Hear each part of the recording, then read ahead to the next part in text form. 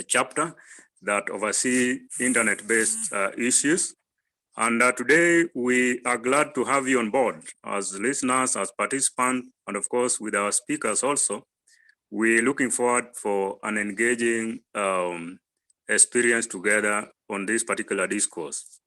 Speaking Dr. Richard Omolo from University Jaramogi Oginga Odinga University Science and Technology, and I also doubled up as the chair of a technical and research committee, which is a standing committee in ISOC Kenya chapter.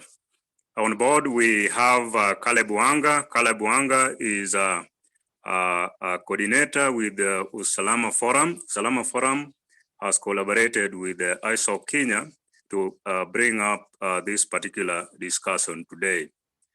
He's also a board member of the International Code of Conduct.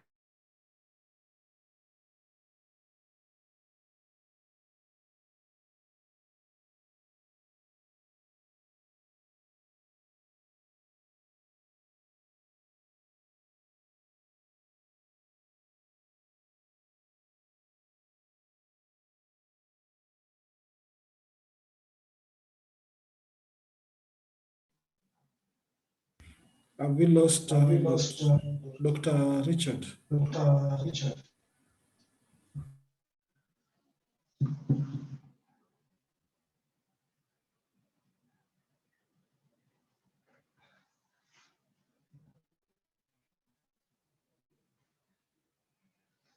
Albert, you can pick on Dr. Richard has Albert, you can pick on Dr. Richard has dropped. Please. Dr. Richard has dropped.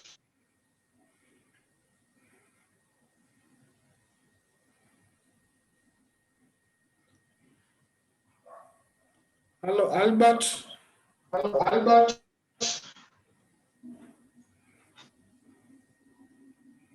Yes, I'm coming. Give me a minute, just a minute, please.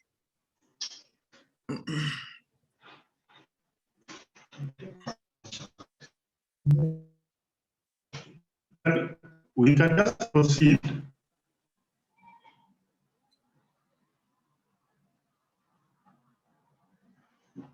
Okay, thank you everybody. My name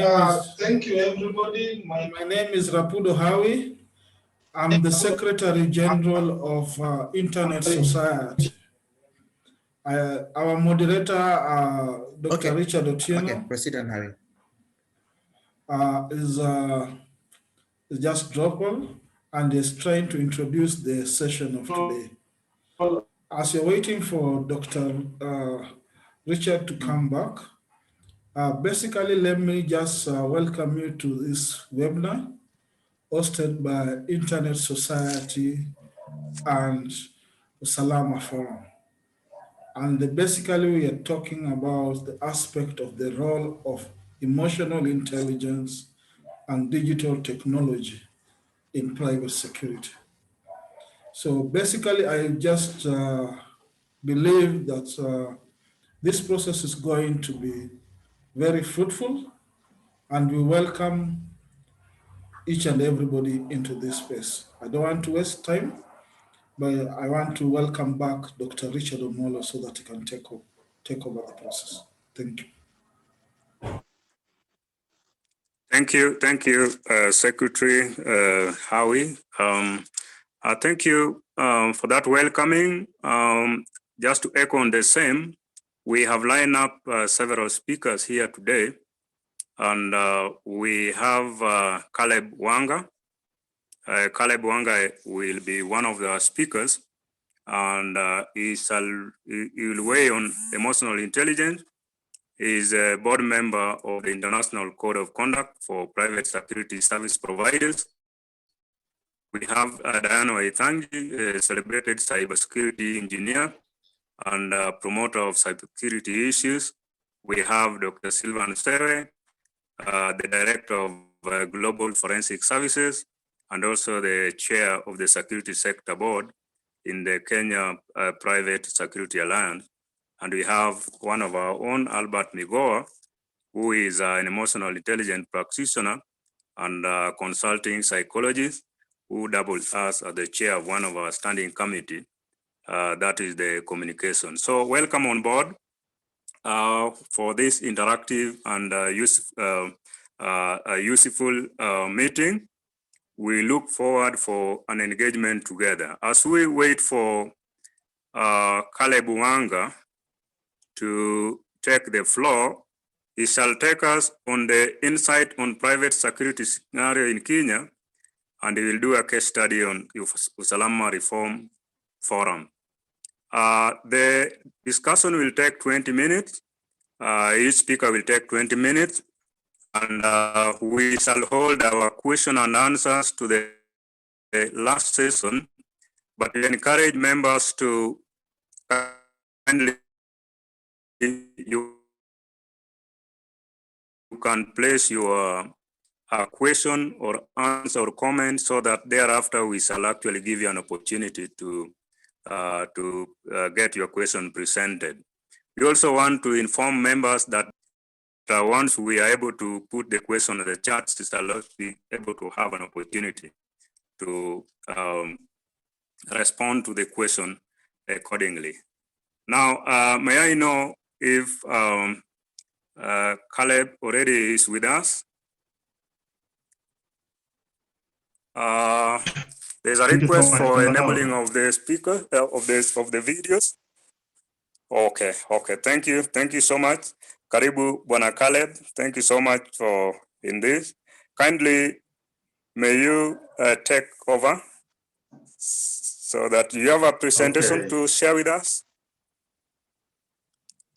I hope it will be screened through Rapudo's computer. Okay. Thank you so much for this opportunity to engage with Kenyans at this critical time when it's going through a lot. We know we are going through a lot. Some emotional everywhere, from politics to everywhere, to economy and the security. Everything is getting emotional. Once, thank you so much for the opportunity to have this discussion at this point in time. And first of all, I think we need to celebrate technology because at certain point in time, years ago, that we will be able to get in touch using our phones and laptops and still transact business without going through hotels or meeting in churches or everywhere else. Today, I know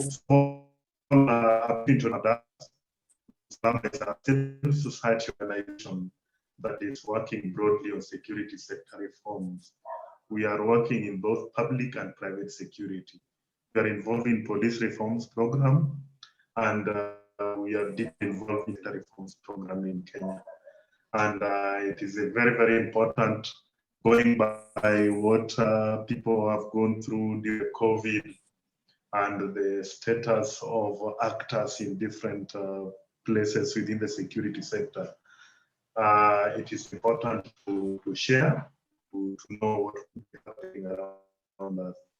Usalama works closely with the government in these matters of security sector reforms in Kenya for over 10 years now. And in 20, Usalama undertook a baseline survey to check the status of private security industry in Kenya. And a lot of things came out, and most of them are things that are close to the heart in terms of how people, the environment, our private security guards work, and definitely interferes with their status, because this is one sector that has grown so big so fast, very little understood by others, because it is part of the security framework that was kept a bit close by the government earlier on. When we were talking of governance, nobody could talk of security sector reforms. And now we are able to talk about even the police reforms and private sector reforms. So when greatly impacted on private security guards who have the key drugs in this private security. As we get, it's important to also know what are the driving forces, what is driving the growth pressed in Kenya. We need people are working in this. When we talk emotional intelligence and other related, we will know the amount, the agency of intervention that is required in this sector. One, this sector, I can authoritatively tell you, and this is based on the baseline that Usalama Reforms Forum undertook in partnership with the government, the regulatory authority, the private security workers union, the private security industry associations that exist. We have over 1 million directly on the private security industry. We have over 1,000 registered companies at now. This is on records that is at the private security regulatory. This over 2,000, around 700,000 people that are directly employed in Kenya. So you can imagine the sector is, there is no single sector that are working. Then 100,000 people that are employed by companies. We have another over 500,000 Kenyans that are offering security service work, but they are not employed by anybody. Wengine wanaitwa Masai. You go to markets, you find them there. You find people employing private security guards in there, but they are not working for any company. So you realize that we have over 1 million Kenyans. And when we look through where they work, some of the workers go through a lot of horrible things. Something that you can easily equate to slavery, modern day slavery. And you have seen cases where private security workers have even committed suicide. And you have seen cases where private security workers are arrested. Sometimes they're accused of collusion. Sometimes because they don't have proper equipment that can help them do their work properly. They can't confront thugs. Sometimes thugs have firearms. So there is quite a lot that is happening that needs rest in this sector. And based on the report that we did in October 2020, we interviewed over 400 guards in different areas. We had calls and very many other things. They are 39%, just giving one example, and I think we are sharing even some of this on the screen. If there is one sector that there is a high number of unfair dismissals, it's in this sector. If there one sector that people work beyond normal working hours without being compensated, it is in this sector. If there is one area that workers are forced to carry out certain duties that are not in line even with their work, it is in this sector. This is where you will find somebody guarding somebody gates. Guard is left even with small children to take care of. Guards are even sometimes forced to wash vehicles, which is not their duty. If they don't do that, then they're very vulnerable. They get easily dismissed. So it is one area that requires a lot of intervention, and we need to thoroughly discuss matters that affect this area. And you remember the kind of dynamics that we face in this country is getting complicated. Sometimes our guards are not very well trained to match the kind of things that are happening now. They end up losing their lives, and there's sometimes nobody to stand in. Then we have the private security workers union, which is also having serious challenges because there is quite, I've given you over 700,000 that are formally employed by companies, but you realize that people who are members of the union could be 100,000 or less. So a big chunk of workers are also exposed. It is increasing their vulnerability.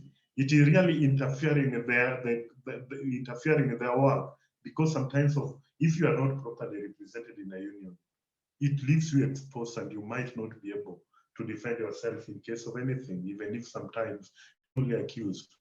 And I told you the regulatory framework in this sector, which I believe all our participants need to understand. And law, initially, there never existed a specific law to guide this. And you realize that but when in 2016, a new parliament passed a new law, the Private Security Regulation Act. The new law established a regulatory authority that should be undertaking, managing the reforms in this sector. So we have a Private Security Regulatory Authority, which has a board drawn with membership drawn from the government. We have representatives of the private security companies. We have representatives, the Secretary General of the Union is also a member of that. Now, this regulatory authority works closely with associations. The industry have associations which are supposed to be self-regulating, which are supposed to be protecting also rights of the employers. At the same time, you need to support the union to protect the right of workers, so that unfair dismissal take place. These things greatly interfere with the psychology of workers. So when we talk of emotional intelligence, these are simple gaps that still exist in this industry. So it is a long journey that require everybody's participation. Because it's when private security started, over 50 years, much that has happened in terms of rights of the world, this industry. 2 hours a day, then 8 hours a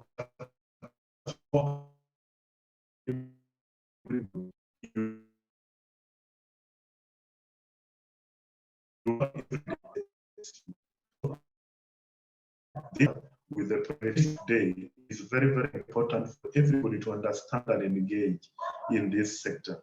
So I know because of limitation of time, and then I'm just going to emphasize on some small key things. Private security industry work has been majorly urban-based.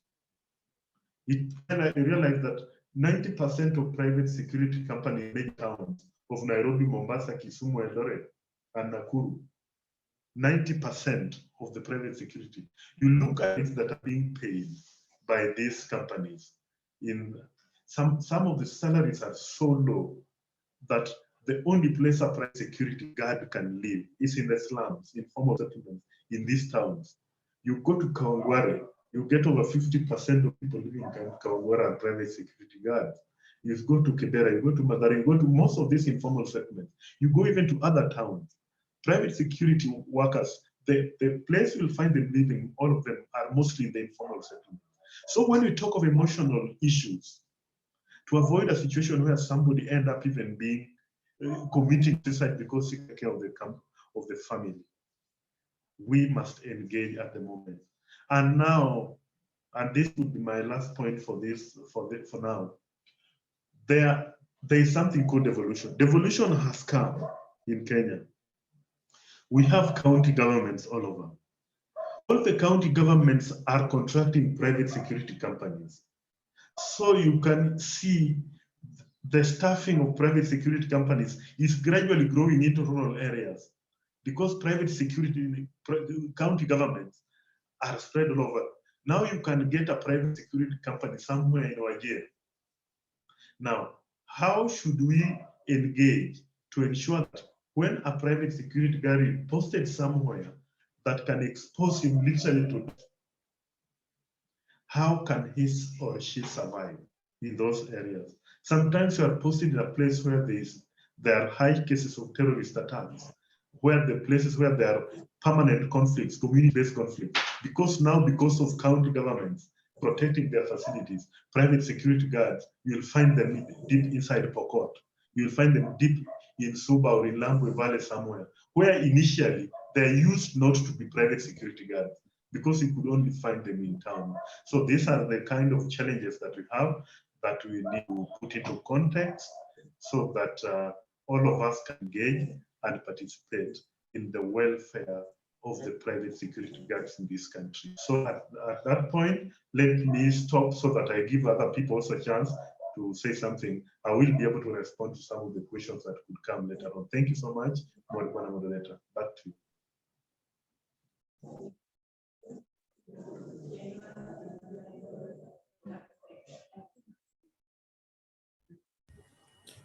Dr. Richard, are you available? Thank you, Caleb, for such an insightful presentation. You are taking us through the regulatory framework of private security in Kenya, and we've actually captured some very important information that may be hidden away from us. And I would wish also to capture that you were able to bring out clearly the after effect that is on these players within the private security in Kenya, including stress, including being exposed to cybercrime and many other issues. We are so glad. We believe you are still with us on board. And we also thank you for having taken us within the stipulated time. You're able to do it. You've done so well.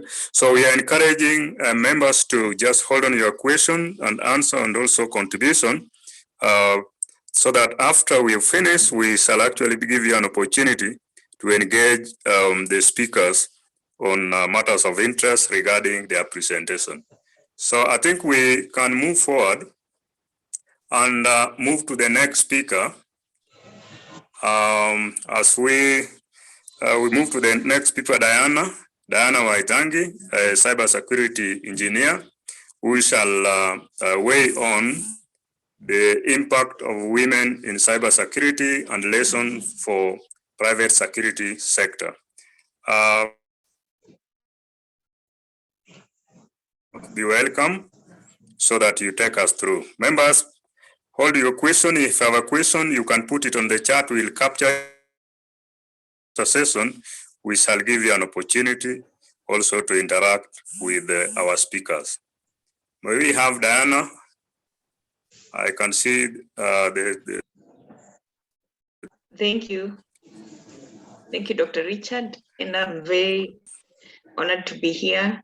And thank you to the Internet Society of Kenya, Internet Society Kenya chapter for inviting me. So I'll be speaking about encouraging more women in cybersecurity. Because we still have a gap, and cybersecurity is part of security. So I'll speak on the kind of biases that exist and how we can support more women in this sector, because I still identify myself as in cyber, as in security. I belong to ACIS. Some of you may know ACIS, that is the American Society of Industrial Security. So, and we are all one, and we are all in this mission together to ensuring a secure world. And even in corporates, we work hand in hand with physical security, online security. Everything is important. So I am Diana Waitangi. I'm a cybersecurity and software engineer. I'm founder of Wahandisi Lafem. Wahandisi is a social, it's an initiative that mentors young high school girls in rural areas to get into engineering and technology. This is as per my experience with the gender biases, but I had a very supportive family. So, and when I got into university, when I was almost done, I still could see how a class had few ladies, and this called me to start a mentorship program just to support more girls in high school, because high school mostly is what determines our careers in terms of choice of subjects. I'm currently in Germany for the Africa Comt Fellowship. Africa Comt is an initiative of the German industry for future leaders from Africa, and I'll be soon be joining SAP in their security department in the product engineering team. Some of the cyber leadership, some of the accolades I've got are like the cyber leadership program skills, Cyber Woman of the Barrier Break of the Year, which is currently open. If you want to nominate any woman in your space, it's open for the 2021 nominations. Top 35 under 35, top 50 women in cybersecurity in Africa, and the Opportunity Desk Impact top 30 under 30 in Africa 2019. So I would love to know what are your expectations of this session, because we'll be speaking about gender equality, which is SDG number 5. And we are approaching 2030. So, and these are some of the things that we still need in our organizations. When we are reporting impact, we need to report how we are impacting through the SDGs, could be SDG 11, 13, 5. So please type in the chat, what are the expectations, your expectations of this session? Or you can unmute and speak. I can take 2 people. Anyone? Thank you. The floor is open. The expectation, we want it to be more interactive. Mm-hmm.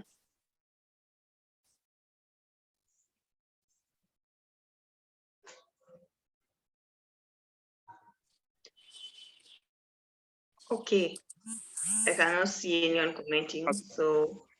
As you are waiting for others, Diana, I know people have actually had a look at your rich accolade. Yes. They might actually be want to know, what does it take for one to be in the cybersecurity? I've seen Bilasio Wandera has raised his hand. Bilasio, can you unmute your microphone and speak? Thank you so much. Thank you so much, Doctor. Thank you so much, Diana.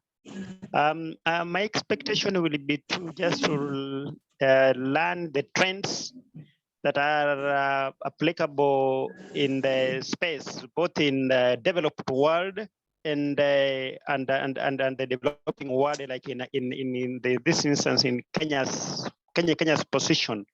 Just to know what are the trends that are applicable in terms of cybersecurity within developed world, where you are now in Germany and the developing world. Thank you. Thank you, Dr. Richard, and thank you, Bilasio. I have taken note of that. So we'll start with what is gender equality, and it's the equal rights and responsibilities of young women and men and boys and girls. So no, of women, not young women. So there has always been debate out here that I cannot ignore about whether gender equality is all about women or all about men.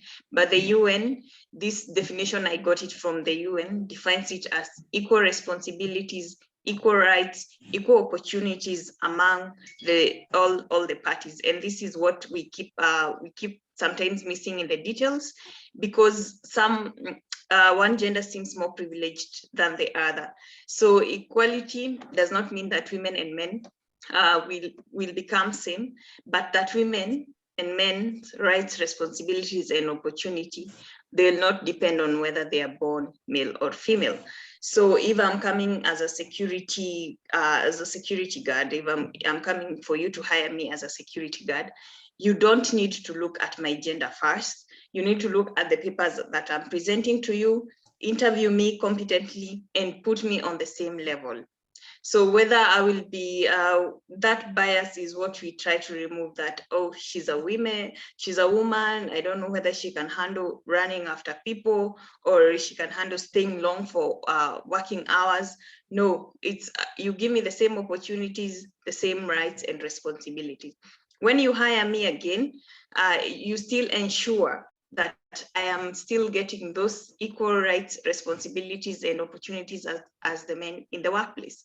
For example, those promotions that we are competing on the same level, and you're not thinking that she has family responsibilities, so she cannot do that, or will she be able to do that? She has not even had a family yet. You know, those biases that exist that women cannot lead. So also in that place, when it comes to pay raise, still the same, that it's still equal opportunities. So what are some of the gender bias and stereotypes in the tech industry? I put tech industry because cybersecurity is mostly under the tech industry, which is also a culmination of also the security industry. One, the masculine, it's a masculine profession, because 52% of the women will apply for these tech jobs, will get into the job, but due to the biases that exist in the workplace, due to the microaggressions and gaslighting, they will never come back. Is still the same as when some of the young women in university do these careers, and then at some point they lose it. Well, sometimes it's passion, but sometimes they pursue something else, but sometimes it's about the biases that exist. Number two is the stronger family commitment, because I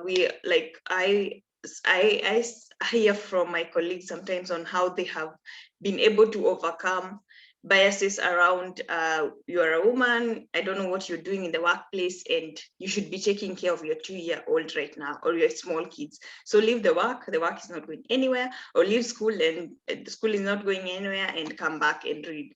Of course, time is flying and it's not waiting for someone else. So that bias, every morning someone is asking them, how are you being able to balance this? Another thing is that the workplace, again, does not have policies that support women who are, for example, expectant. So it's also a call to action for everyone in here. If you're a boss, if you're a manager, is there a policy? Because I know there are companies in Kenya that we have some people giving maternity leave for 1 month. 1 month is not even realistic. So what does that mean? Someone in the security industry, you lose another talent, and talent is talent. Yeah. The third thing is diminished responsibilities. What I was saying, I'm a woman, you hire me, but I cannot do the technical bit. For you, you assume I cannot do the technical bit. So once you hire me, you'll be asking me in meetings to bring tea in your table, or to arrange the tables, or to wash the office. And I am a qualified cybersecurity profession, but because of that bias, that stereotype that a woman cannot do it, then you do that. So it's again a stereotype that exists still in the security industry. The fourth one is sexist conversations that make women really uncomfortable. So compliments can be good, but when they're personalized, again, they become sexist. Or even being all touchy-touchy, or even, just giving so very demeaning comments, they make women uncomfortable a lot. And some women may not be able to sustain that, especially if it persists for long. They just leave the industry, the security industry. So why are we saying gender equality is important? Number one, just like anywhere else where there are people from different areas, for example, it's still the same when it comes to gender, because there's diversity in ideas. For example, there's a stereotype that says that women are better in social engineering, in cybersecurity than men, that in case you want to hack something, a woman is better at the social engineering part, and a man can take up the technical aspect of it.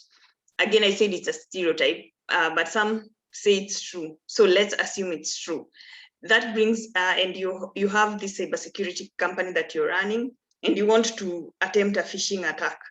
So when you have women and men, the woman will do for you the social engineering part, and you'll be able to test your systems or test your client's systems, whether they are working. Number two, you have more financial gains, because as I said, we are approaching the 2030. Right now, we are still practicing the United Nations Sustainable Development Goals. Well, do not hire women because you're supposed to hire women. Of course, hire women because they deserve that space. they deserve to be there. So it's very, very important as well to keep aligning everything in your organization with the SDGs. And one of the major SDGs, that's the SDG I mostly align to, is gender equality, which is number 5.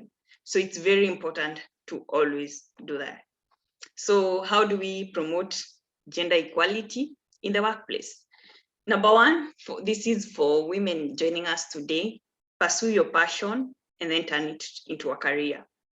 I will give, I was asked on joining a cybersecurity career by Dr. Richard. So how I joined cybersecurity, my background is in tech. So I did not do a cybersecurity degree at all. And these are like 3 years ago, three or so years ago, or even 2. And what I did is that my first experience was at Kenya Power. So when I went to Kenya Power, I was at IT support. It became so redundant to me that I just can't be here picking calls, solving the same problems every day. I'm not being challenged, I'm not growing. I love being challenged, I love growth. If I'm not progressing, I mostly move on to another thing. So I went to my manager and requested him that can I start moving around departments and just knowing what they are working, because anyway, I'm at the earlier career level and this job is not distinct, that I should be here 24 hours.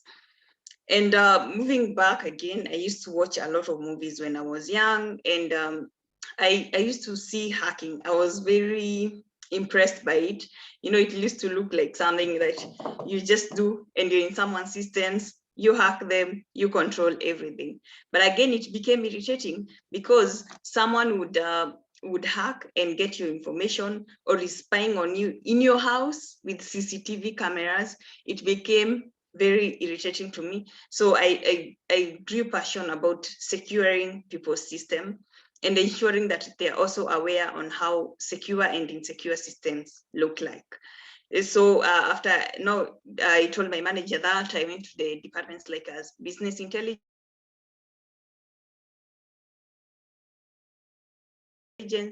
forensics, telecoms, and IT audit and forensics. Really, that's where I wanted to spend a lot of time, because I wanted to learn.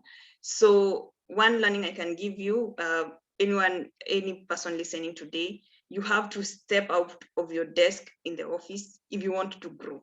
You have to step out of your comfort zone if you want to grow. I had an option of just staying in IT support forever, even if it was not impressing me anymore.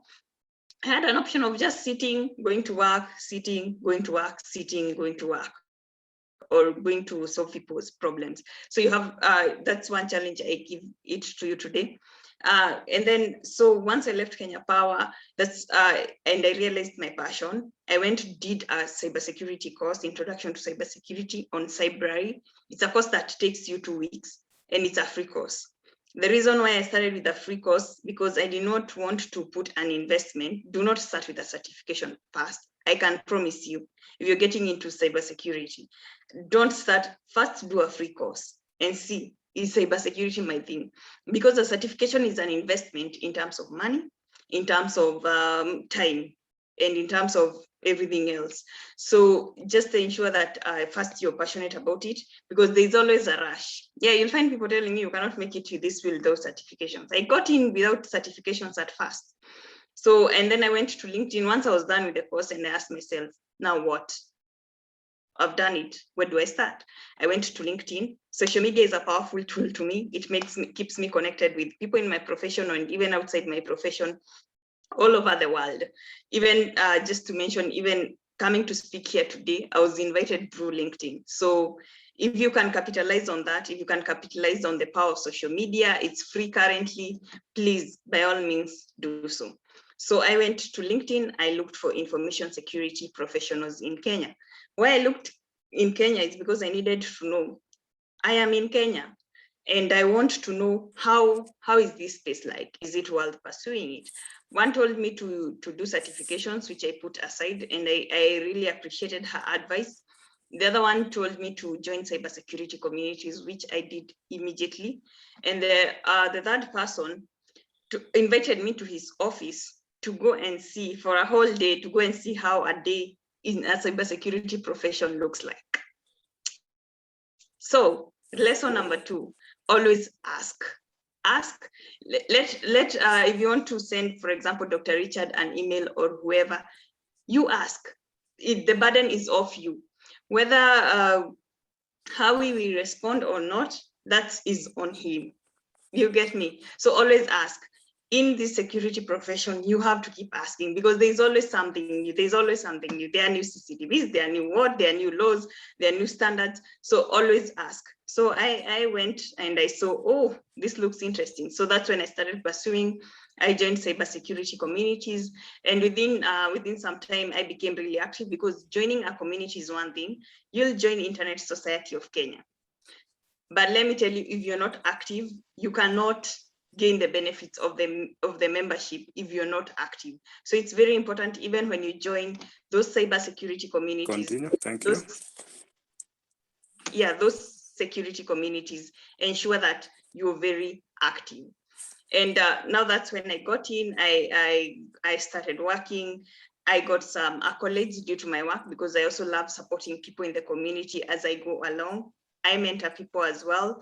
I am mentored as well, because I cannot give from an empty glass. And yeah, I sit in the technical committee of KEBS in the IT security and also software and systems engineering. So I also contribute to the standards of our country. So that's how I pursued my passion and turned it into a career. And right now I'm now on this other side, because I wanted to come to Germany, or Germany specifically, actually, because they practice general data protection regulation. We just started implementing our 2019 Kenya data protection law. So I wanted to come here and learn on how do we enhance compliance. So another lesson there is, once you pursue your passion, there is no resting. The Africa Count Fellowship was advertised in last year. I applied for it, and I was among the fellows selected, the 40 fellows selected out of 9,100 applicants in Africa. So again, when you go to these interviews, put your best foot forward, because it's gonna be competitive. Whether you're competing as 2 people, competition has to be there. When you're pursuing these jobs, when you want to start your own company, you're still competing with other people. When you want to start a non-profit organization, you're still competing. Number 2, how we promote again is positive self-talk. Always tell yourself you're brilliant. Okay, that's what I tell myself every morning, that I'm brilliant. So when someone is facing a problem, please do not put them down and tell them it's their fault. Try and encourage them. Number 3, it's important to empower yourself and also the women around you. So when you're growing, you're a manager there, and a woman has come in as an intern, please support her, onboard her really quickly, because sometimes when you're getting into an organization, a lot is happening and a lot of details can skip you, even within 2 months, and you're still where you are. Please support them, or even senior managers who are leading you, support all women around you. And then it's very important to mentor people. In our security profession, it's very, very important to mentor people, because that's how we grow. When you move a step back, ensure you're mentoring someone. It's okay also to be mentored. And the best thing about mentorship is that as long as you have someone who inspires you and you have created a professional relationship with them, it's always seamless. Just like I said, for me, I'm mentored, and I also mentor people. And it makes me really satisfied, because when I go to my mentor, my glass is filled. And then when I go to my mentees, I can now be able to empty that glass from, to serve from a full glass, where I'm able to listen to them and support them in their profession. So the Wandera asked about the applicable development, applicable trends in developing and developed countries. So here in Europe, the gender protection, the GDPR, the general data protection regulation. EU. And in Kenya, we have the 2019 Kenya Data Protection Law. I'll use Kenya specifically, and I will use the compliance part because it's very important. So here the EU citizens are protected regardless of where they are. If they're in Kenya or they are in South Africa or where, this law is still protecting them. Our Kenyan law only protects us when we are in Kenya. So that's one difference. The other difference is that this law is being implemented to the latter so far, and every company must comply. And for us, we have just started complying to it. So how I come in and as a solution now, because I am a citizen, so I also said, how do I solve this instead of just saying we are not solving it, we are not solving it, we are not implementing. So how I came in is that I decided now to apply for this fellowship to come and learn about compliance. And after this training program, again, I can come back and now have a lot of ideas around compliance and how we can ensure that the 2019 Kenya Data Protection Law, which is very important for our citizens, is about. And also I'm very passionate about creating awareness on cybersecurity, on mainstream media, such as BBC or Citizen, KUTV, any media station, my social media. When I'm having now such presentations, I'm also very passionate about creating cybersecurity awareness, and that's how, again, we can create awareness around the 2019 Kenya Data Protection Law. So thank you so much for listening to me. Let's keep supporting women. I am reachable on the above on the slide. So let's connect and let's keep supporting women. Let's achieve gender equality. Let's give them equal opportunities, equal rights, and equal responsibilities. Thank you, Dr. Richard. Thank you, Howie and Edna, Albert, and the entire Internet Society Kenya chapter. Thank you so much, Diana. That is quite inspiring. We salute your rich accolade. That is a deserved standing ovation. Your presentation was quite inspiring. I love it. You talked about encouraging women, but I realize also you are inspiring the other gender. That is quite good. We are proud of you. I think speakers also have been able to capture what Diana was weighing on. Diana actually talked about the importance of gender equality, where she has actually also echoed how important in diversity of ideas and also more financial gains. I also love it when Diana weighed on the women more biased on software engineering. Actually, if you do an honest trace route in years back, software engineering used to be the domain of women. It's only that men now came over and the bit of stereotypes might have also taken toll of the thing. But that was quite good. Promotion of gender equality was quite inspiring. And I love it when Diana talked about positive self-talk. That is quite good, empowering yourself and empowering others. And mentorship is very, very important. I believe from her speak, she has actually already started mentoring some of our listeners here. That is quite encouraging. And we also saw the struggle that might pit genders in terms of the stereotypes that can weigh on emotional intelligence. And I like it the way Diana put it very clearly. So Diana, we're so glad you are here. I know some of the speakers might pose some questions. I hope you will still remain connected with us and you'll be able to continue providing inspiring work which you are good at. Thank you so much for that. Allow us to move to the next speaker. The next speaker is Dr. Silvanus Sewe, who will weigh on digital technology context within the private security sector in Kenya. Dr. Silvanus Sewe, are you on board? Dr. Silvanus Sewe is on board. You have 20 minutes. I think also for the interest of speakers, also you may put your video. At least maybe they'll be able to map the face with the presentation. Thank you. Dr. Silvanus, are you there? Dr. How are you? Hi, long time. Welcome. It's a while. How are you, It's a while participants? Since we Thank you. since we met, since we talked, okay. Actually, mine, I don't have a presentation. I'll just give a talk with the permission of the audience. It's okay. You Just to have 20 recap, minutes with you. That is okay, Daktari. no problem. Just to give a recap of the background where you're coming from. Actually, I chair KEPSA Security Sector Board, a position that I've held for the last 6 years. My term is coming to an end early next month, actually on 12th of May. So during that particular tenure, there are a lot of things that we have done to the private security industry, an industry that has become an industry of interest. And I must thank Internet Society of Kenya and the Usalama Forum for organizing this particular forum, because one of the missing link in transforming that particular sector has always been the use of technology at the end of the day.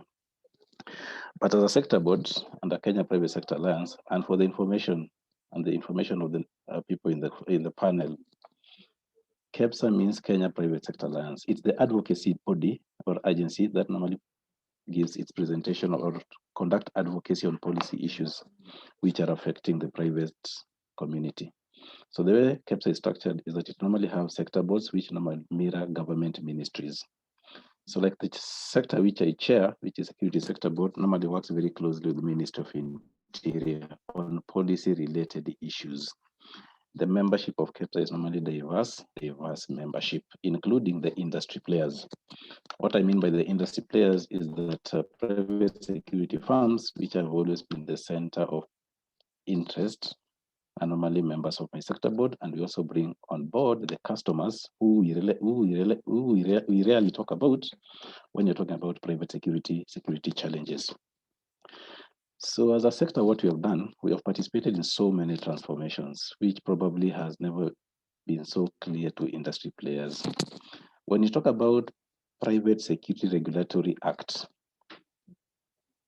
it was enacted courtesy of the effort of my sector board with the support of the KEPSA family. We started that particular conversation in 2004. The act was enacted in 2016. And the purpose was very simple, to make sure that we transform that particular industry so that all the stakeholders can benefit from that new development of that particular sector of private security industry. That law is in place. I also happen to be among the pioneer board members of the authority, which has been given the mandate to make sure that they provide guidance of how that tech sector is supposed to be transformed. A position I held for 3 years until my term came to an end at the end of the day. In line with the topic of what we are sharing is I've been requested to talk about the aspect of digital technology context with the private security industry. What measures have we tried to put in place? First, it is important to appreciate that it's a very complex sector with a very complex background, including the composition of the stakeholders. So transforming it is normally a very, very difficult aspect at the end of the day. But we have really tried, because among the things that we can now say that we contributed to in line with the technology is that it is within my sector board where the concept of Computer Misuse and Cybercrime Act was initiated. Before it was picked by our counterpart and the ICT sector board, who eventually worked with the ICT ministry before it was brought back to Ministry of Interior. So we started that concept from the scratch at the end of the day. And we are normally very happy that that act is in place at the end of the day. I said we also lobbied and make sure that we have the act regulating that particular sector. Then we realized that there was a lot of transformation in terms of technology in relation to security. One of them was the use of technology to carry out surveillance activities, commonly known as the CCTV at the end of the day. So we realized that the private sector was heavily investing in making sure that you use technology just to make sure that you can see what is happening within your premises at the end of the day. So the private sector, we also approached our counterparts in government and told them there is need to make sure that we also use the same technology to make sure that you minimize on the staff cost, which is associated with police officers patrolling. You can have this particular system, then you reduce the number of police officers patrolling, and you can only have the response teams in strategic points. It's a conversation that we started in 2009, and come around 2013, 2014, the government saw the sense And with that particular spirit, they started also investing on CCTV. As we speak, we have command and control center, which is in one of the government buildings, just to assist them monitor their strategically identified locations to ease that particular monitoring. So the project of CCTV, it was courtesy of the private security sector under my chairmanship. So we normally say those ones are two major classes, in the sense that the government accepted to invest on CCTV. At the same time, we also have those particular two laws which I've just referred to. But we went an extra mile and said there is need to make sure that we have harmonization between the private sector in terms of investment on technology and the government. So what we did, we drafted a proposal to have a CCTV policy to integrate those particular two systems, one owned by the public, the other one owned by the private sector, because the ultimate reason why we are investing in this technology is to support the criminal justice system at the end of the day. Then we realized that the way members of the private sector were storing their data was becoming a challenge to be used under the existing laws, including the Evidence Act, just to mention a few.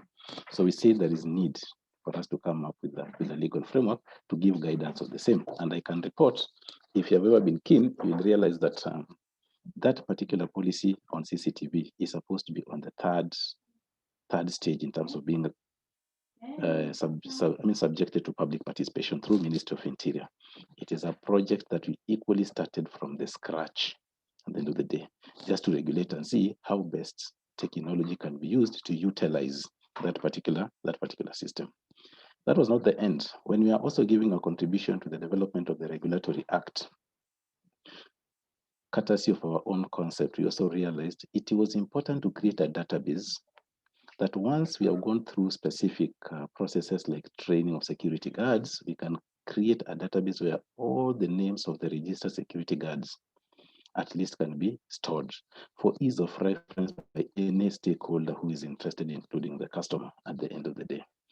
I hope and still pray that the regulatory authority is working on the same, but it's a concept that we also put on the table that it is important for the information of the viewer. That is why or where the Ministry of Interior also borrowed the issue of making sure that they're trying to automate the registration process of all the police officers. If you've ever heard the minister talking about having a database so that all police officers can be, you can access the information from a central database. So that's one thing that we also championed in terms of technological aspect, which was very key to all of us. But we went an extra mile and said, the activities and the problems which are being faced by the guards, who are normally the focus of interest, also need to be considered. So as a sector board and private sector, we also came up with an application called Hodi Hodi application. That application, it is supposed to be used in a manner that it's supposed to give guidance or improve efficiency on access control related activities in this particular sense. If somebody goes to see Daktari, probably in his premises, or whether it is within your work environment, Daktari, that person will log all the details, including the person he wants to see, and all those things will be entered into the system. And before he or she is authorized to come and see or go and see Daktari, Daktari is supposed to get a message in his phone saying that Silvana Seva is at the gate and would like to see you. At that particular time, we'll also have identified the period that your visitor is supposed to take within your office. Why did we have to come or think about this particular direction? It was very simple, because if you look at most of the terror-related activities, there was an issue that somebody entered in a premises and he or she took longer than expected at the end of the day. So the issue was, give us the time frame, you go there. Once you exit that particular time frame, a signal will be sent to the security guard that Seva has taken longer than he expected. So the security guard will know or will be prompted which action to take next, whether to contact Daktari, who was the host of that particular person, for extension of time, or if there's anything that is fishy, it can be dealt with instantly. So we are still talking to our members that it is important to make sure that they apply that Hodi Hodi application, especially within commercial related environments, so that we can monitor who is coming on, who is coming in, and who is going out at any given moment.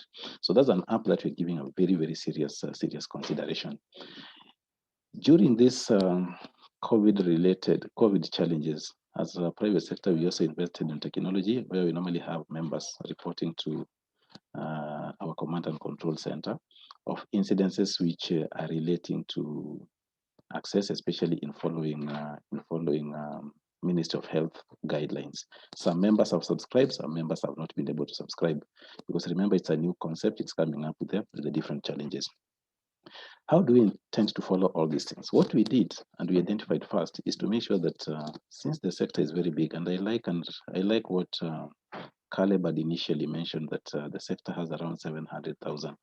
That is normally an imagination, because we are not very sure, since we have not been able to actually take the statistics of the staff working in that particular area, because we don't have a proper mechanism to do so. So we see that there is need to build a capacity, and to build capacity, as I initially said, we are intending to have a database. And this database will also assist us define who are security professionals, because one thing keeps on coming up, which you have been able to experience as one of the leaders at KEPSA, is we keep on talking about the pay of the guards without looking at the holistic environment where that business is being carried out at the end of the day, and the individuals in that particular industry. Security purely has not been able to get local certification to determine that so and so is a security profession. And I normally say, without fear of contradiction, that most of the people who have found themselves in security has always been there because of afterthought at the end of the day. It is not that most of them are very passionate about being there. So you're simply saying that we are trying to work out a database where people, once the regulator has defined what it needs to be a qualified whatever, we will say these are the cadres. That's the same way we normally have auditors, engineers, lawyers, name it, at the end of the day, and the industry is regulated. As we're speaking, there is no clear definition who a security professional is at the end of the day, but we keep on talking about it, but something that we're trying to champion. That particular approach, our belief was it will assist us develop a Secure Kenya 2030, because our plans were being based alongside Secure Kenya. I mean, Vision 2030 at the end of the day. So you're simply saying the issue of training is very key, capacity building, so that we also have people who are passionate about security industry. Remember, security is a very emotive issue, and that is why I like the topic of emotional intelligence. So we need to start from making sure that we conduct self-awareness trainings to the individuals in that particular industry, so that we also train them how to self-manage themselves, because sometimes they find themselves in situations which they can't even control, and the outcome is normally what we all normally see. And for information, it doesn't affect private security industry players alone. Even in police service, you always get these particular things. The same training will assist this particular individual have social awareness skills. How do they relate with the people? Because one of the things that we have come to realize is that there's always a lot of complaint about how guards normally handle customers, how customers normally interact with the guards. So we need all those emotional relation skills at the end of the day. That one will assist us develop the emotional relation management of all the stakeholders without keeping on throwing blame that the employer is not paying the guards are not doing this. And the truth of the matter is, when you're balancing the issue of the employer and the guard, we normally forget that the determining factor here is normally the customer at the end of the day. I know everybody in this call has ever interacted with a security guard. Some of us even have security guards within our own homestays. Ask yourself, how much do you normally pay that guard? Very few people will tell you they normally pay more than 15,000, because it depends on their salary. And security has become a basic need. And that's why we are saying, rather than now investing so much in the human resource capital, is it possible to use technology to assist these particular customers, install CCTV and connect it with the probably public authority or private security firms, just for response purposes at the end of the day. Then another thing that we're talking about in terms of making sure that we digitize is that security sector needs a very proactive leadership, transformative leadership, because it's an industry that has not been regulated for so many years. At the end of the day, changing it overnight might be a pipe dream as we keep on engaging. So we are very particular on making sure that all the interested stakeholders participate in the transformational process at the end of the day. Then another pillar that we are talking about in terms of transforming, especially digitally, is that we need to build secure communities. I like, once again, what my good brother Caleb has alluded to, that we are talking about counties which are now coming up. Within the counties, we have sub-counties. Within sub-counties, we also have the smaller administrative units. Is it possible to make sure that we take advantage of the same, so that those communities can also come together and the leverage on technology to assist them monitor what is happening. Remember, all these things are added costs. That's why we're talking about transformative leadership as we keep on going. Then that one will assist us embrace what we're calling the culture change, affecting all the stakeholders, because you can't keep on blaming the owners of the security firms and the owners of the and the guards, and we're not talking about the customers at the end of the day. We're talking about the community at large. All of them should change an attitude. Remember, we are coming from a background where we were meant to believe security is the responsibility and preserve of the national government. So if you tell somebody to spend an extra coin, even the government itself is on record of paying security firms 15,000, 18,000 per guard, including judiciary. If you're paid 18,000 per guard, how much are you expected to pay that particular guard? Yeah, the minimum wage is almost past what the government clients are also paying you. So that's what we're saying, a culture change holistically will be very, very key. And the only way to make sure that you minimize, you better have fewer security guards, use technology to enhance your reach, that you can now at least interact in a manner that those particular enemies can be taken care of. Whether we use technology or we use the normal system, there's one thing that we can't run away from.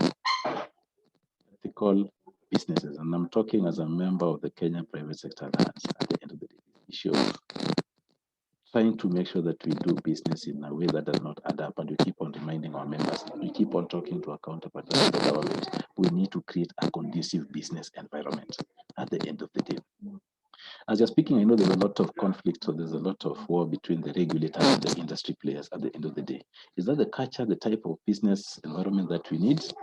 My simple assumption is no. We would like to build a vibrant private security industry, which is technology driven, employing people, and we can get enough to make sure that we comply with existing laws at the end of the day.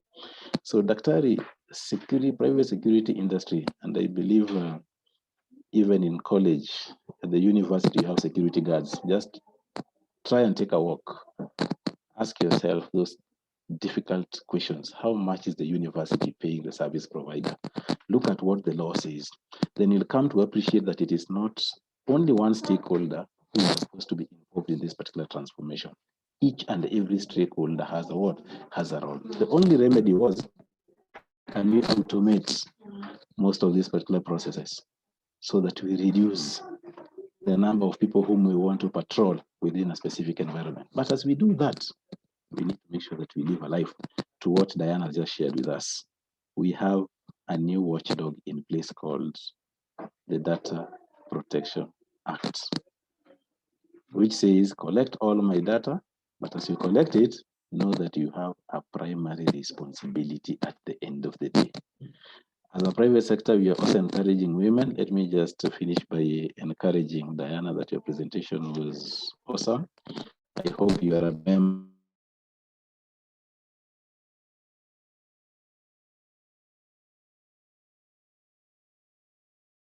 I hope you are a member of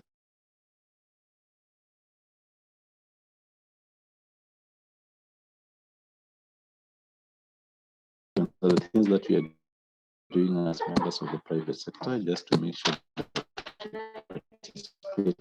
in transformation of the private security industry. Sorry? Daktari? Thank you.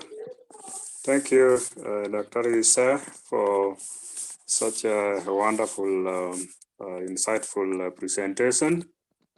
I know many have actually learned more about private security sector. We usually have just a preliminary understanding, but kind of presentation is quite insightful.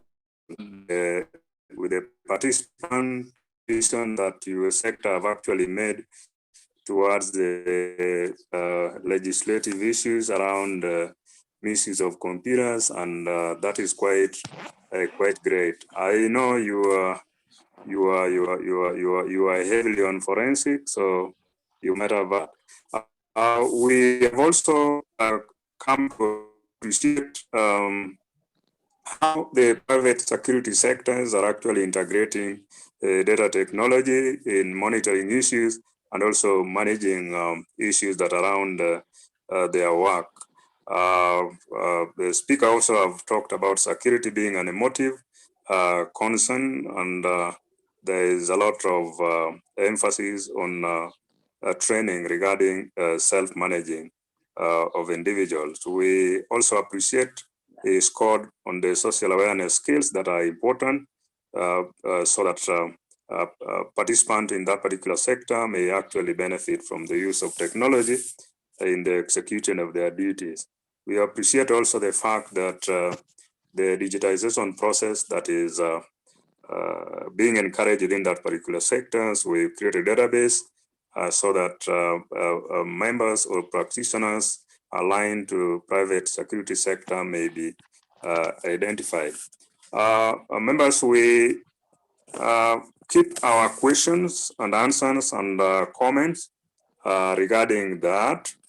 And we shall also give an opportunity thereafter after this speaker so that we can be able to interact, maybe you ask a question, maybe you say an observation, maybe you do an inquiry to a specific speaker. We also encourage members to place their concern even on the chat box so that we can actually be able to capture them.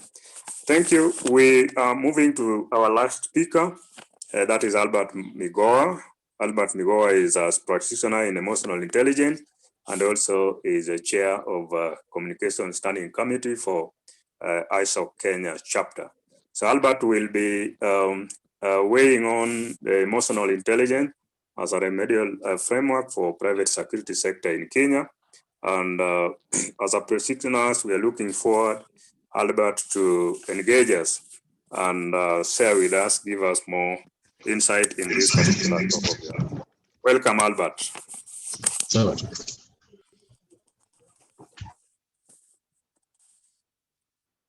Welcome, Albert.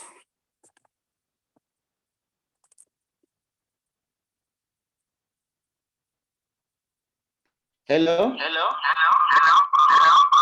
The floor is yours, Albert. You can hear me?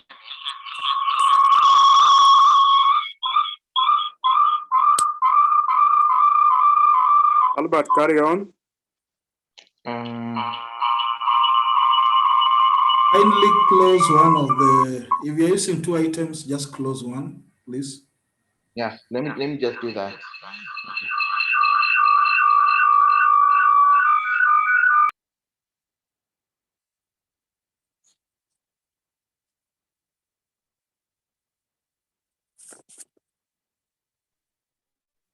Okay, hello?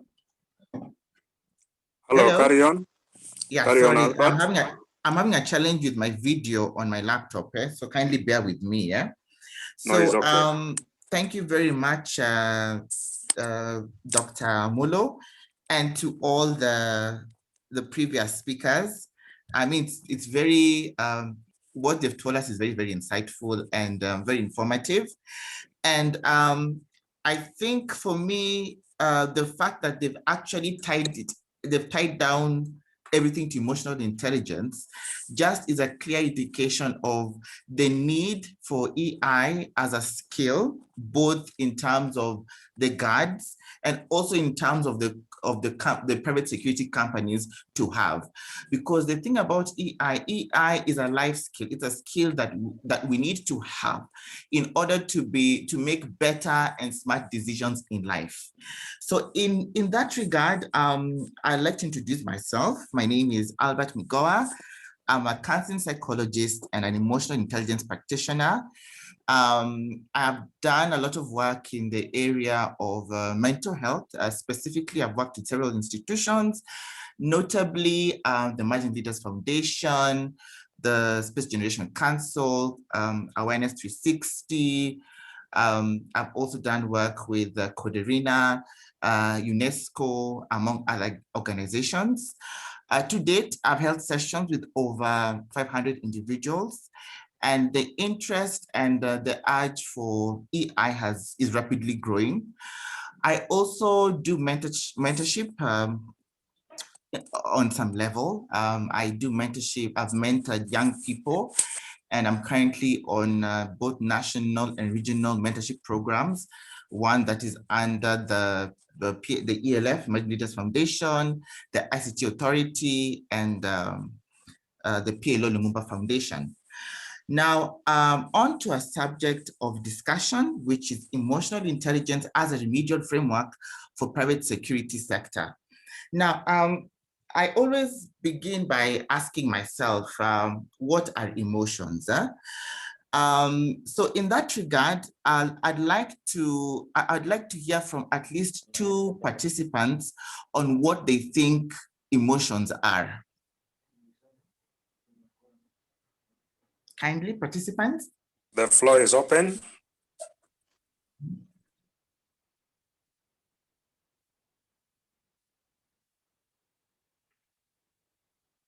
Yes, Brian. Well, I think emotions, basically, I could define it as reactions towards any action that happens to you. Okay, thank you. Someone else?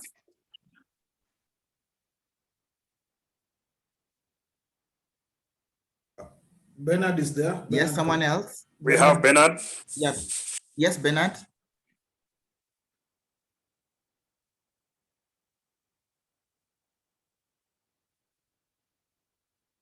Bernard?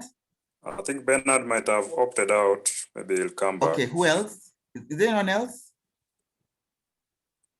Okay, so emotions actually emotions come from a part of our brain called the amygdala, all right? So these are chemical processes that emanate from the part of our brain called the amygdala. So the amygdala deals with emotions such as fear and anger, okay? So in retrospect, emotions are intense feelings which are linked to situations that are either real or imagined, okay? There are messages from the brain signaling that a threat or a reward has been identified in our environment, okay?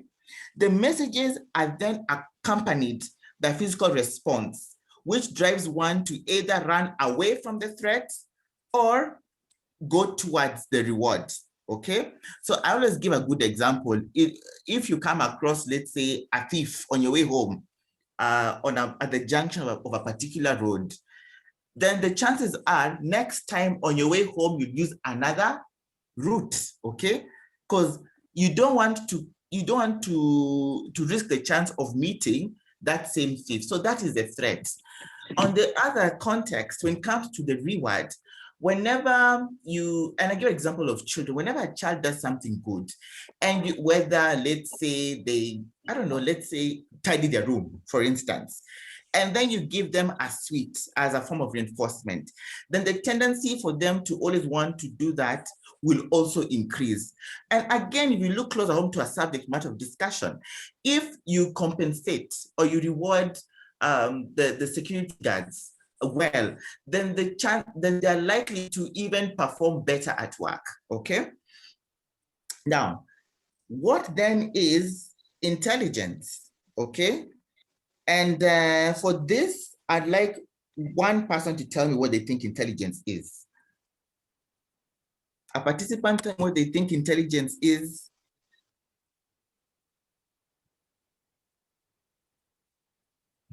Hello, participants.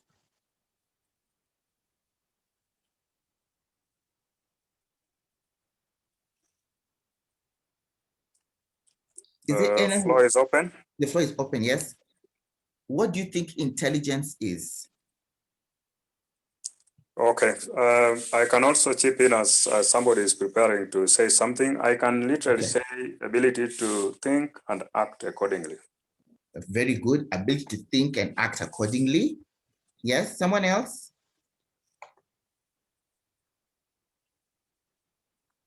Ability to think with some level of wisdom and positive influence. Okay, very good. Thank you very much. Now, what you've all said is actually very correct. Now, the thing about intelligence, experts have varied, have really differed on exactly how you can define what intelligence is. However, they have agreed that intelligent behavior, please note, they have agreed that intelligent behavior has two key components. Number one, the ability to learn from experience, and two, the ability to adapt to the surrounding environment. One, the ability to learn from experience, and two, the ability to adapt to the surrounding environment. Just a quick reaction. Is there anyone who agrees with this? And is there anyone who disagrees with this? And tell me why.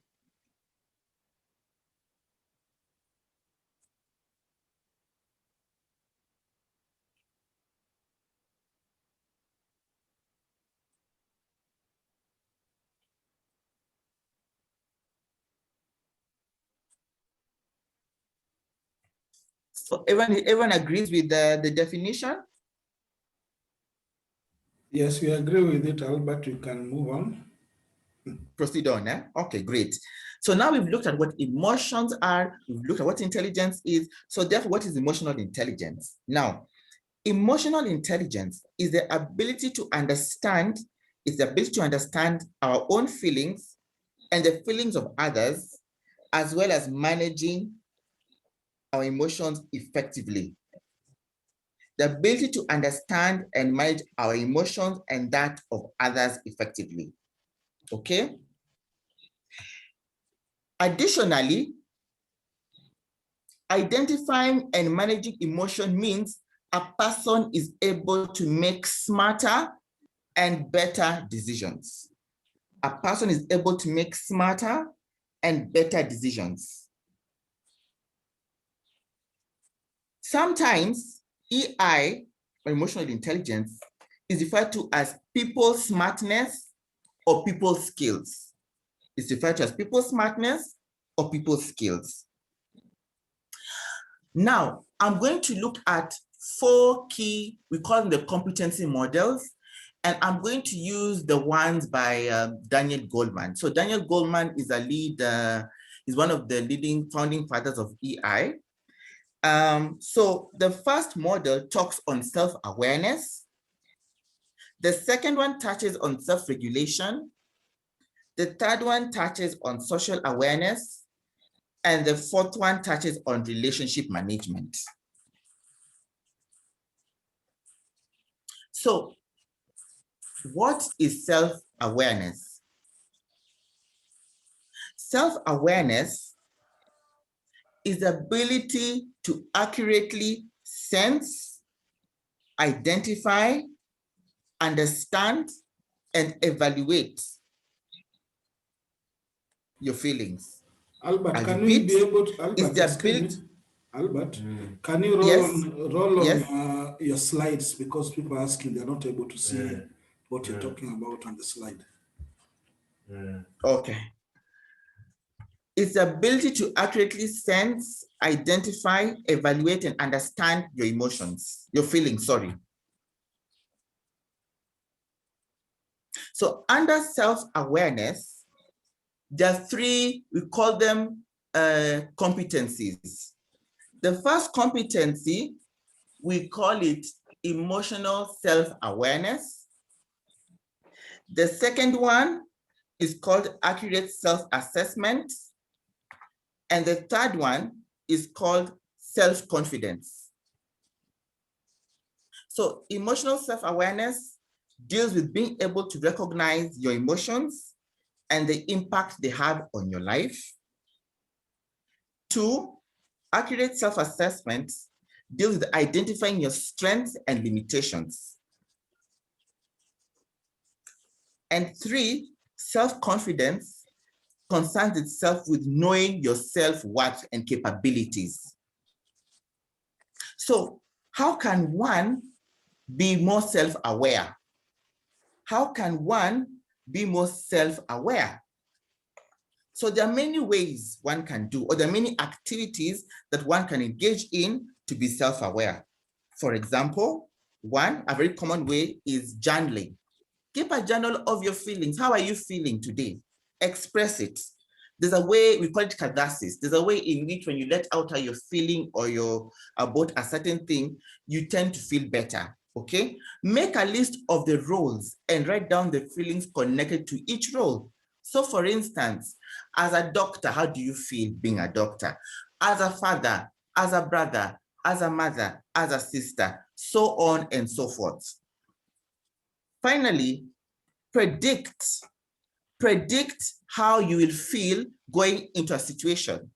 Now, this is a very interesting one in the sense that I always say, when you're able to preempt some kind of situation that will elicit a certain emotion in you, and you find a way to go around it, then you'll be more self-aware. So for instance, if you know you're going to meet maybe a group of people and maybe you had some kind of conflict with them, before you go in and meet up with them, you may want to find a way to deal with that feeling of animosity first before you interact or relate with that person or with that group, such that when you go and you start engaging with them, you now become rational and not emotional. The second competency model I'll talk about is self-regulation, which concerns itself with being able to understand and manage your emotions. All right? How do you manage your emotions? So under self-regulation, there are certain key competency models that are looked at. So for one, we have what you call emotional self-control, which deals with controlling your impulsive emotions. Secondly, trustworthiness, which is being honest and taking action that is in line with your values. Thirdly, flexibility, which is being able to adapt and work with different people in different situations. Then we have optimism, that deals with the ability to see opportunities in situations. And achievement, always seeking to perform. Initiative, taking action when necessary. So what are some of the activities that one can do to manage the emotions better? One, you can list the things that cause an impulsive emotion reaction in you.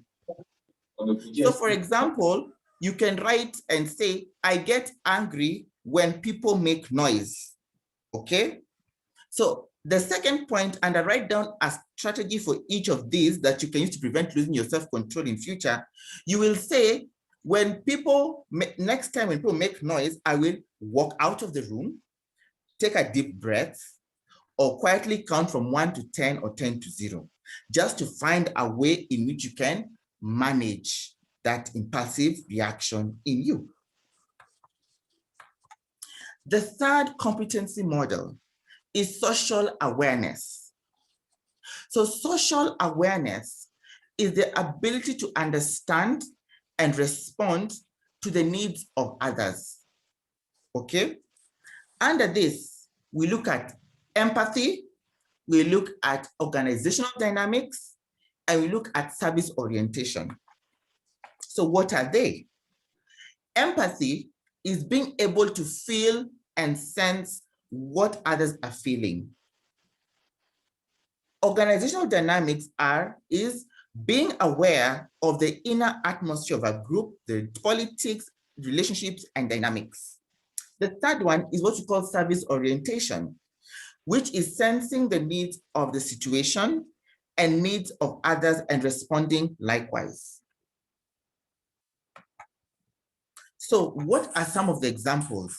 So for instance, it could be maybe an employee who goes the extra mile, a supportive colleague, or the employer that remembers your name.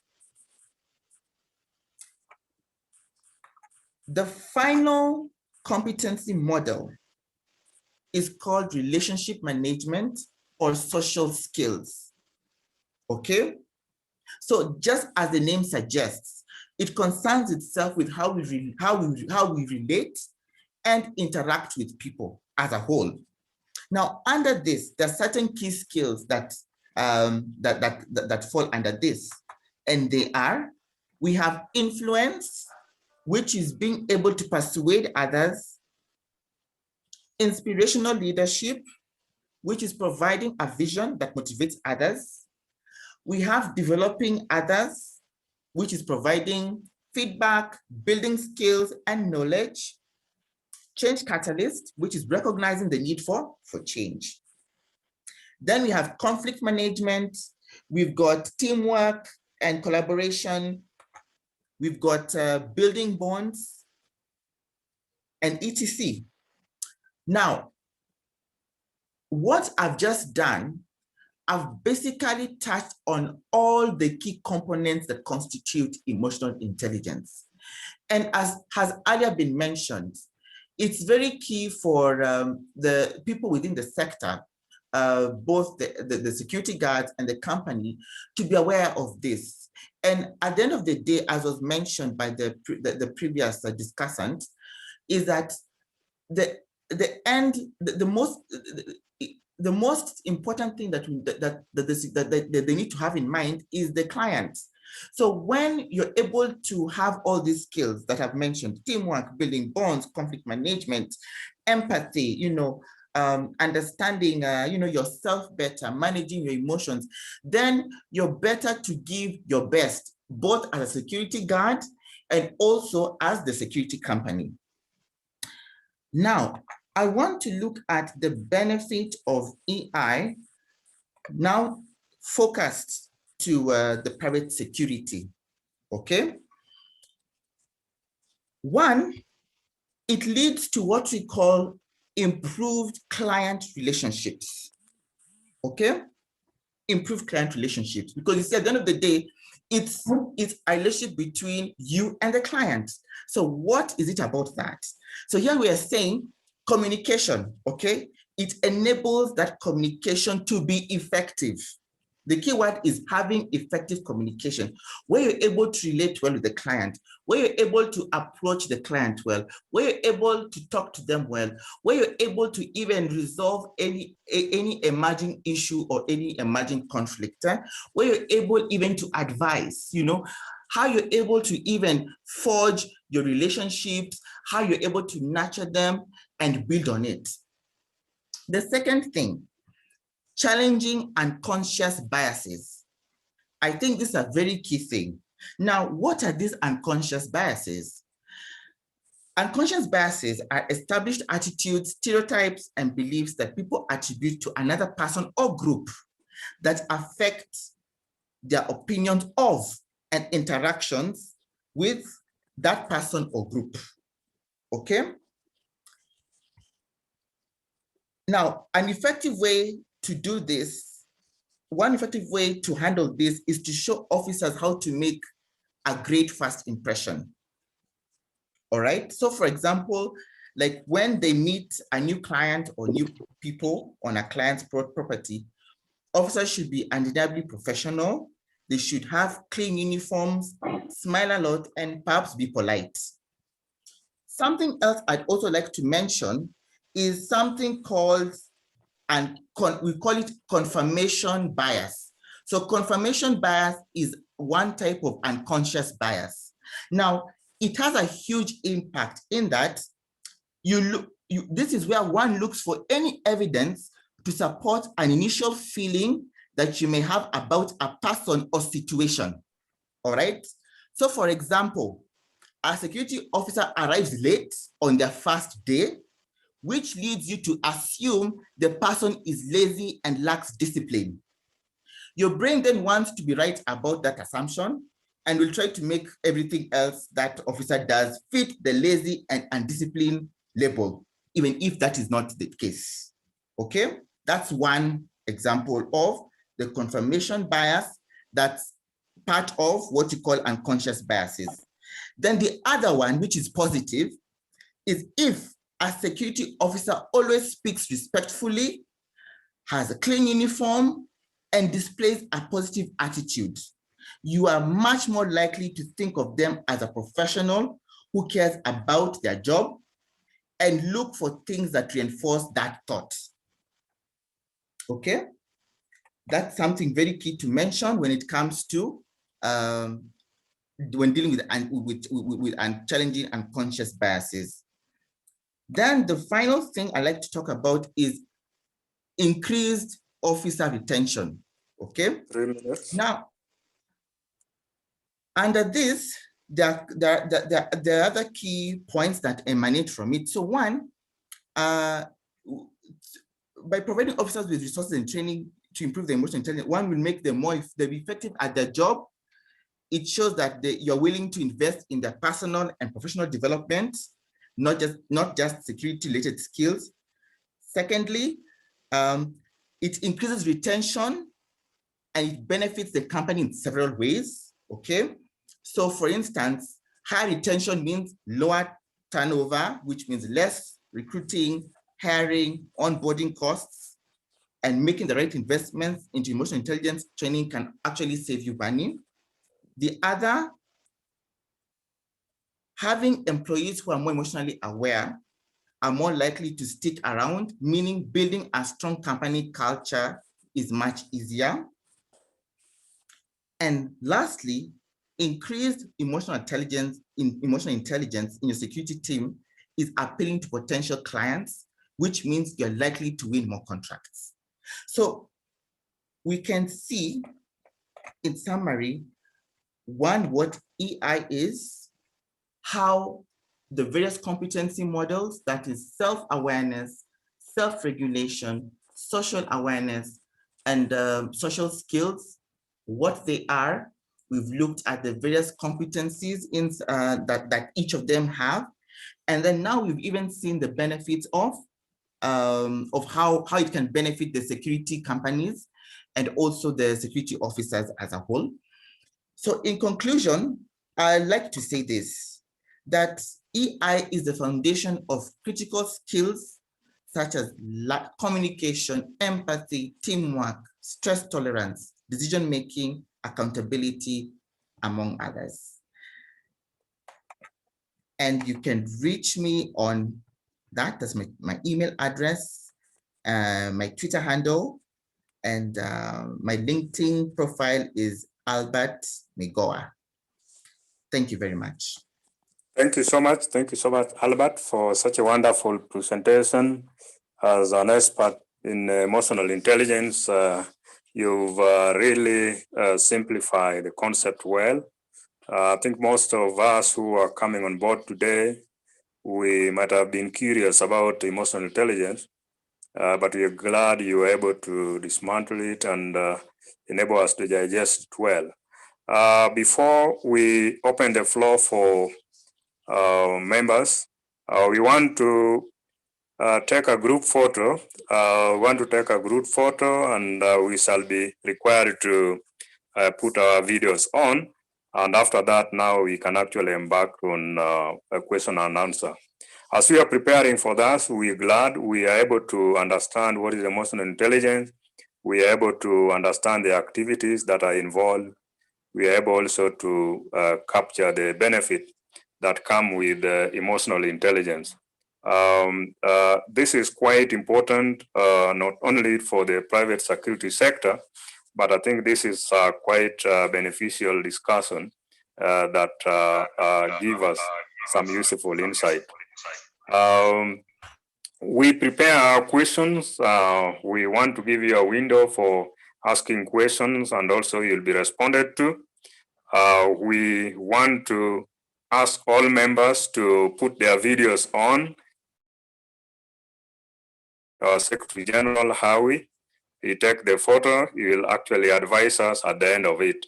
Thereafter, we are going back to the question and answer section. We'll do a wrap up, and thereafter we shall. Okay, thank you. Just put on your, please put on your video so that I take it quick.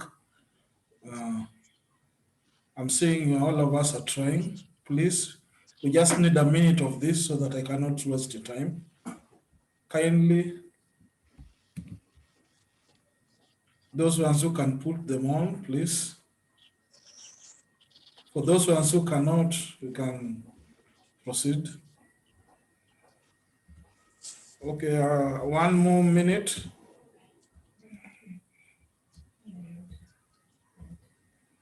Okay, 1 more minute. Okay, I think, Dr. we can just proceed, I think, with that. Thank you so much for that. Thank you for that, members. It's important also for us to have records regarding. Now we want to open. The floor for members. I've seen some of the members who are not able to turn on their gadget. We have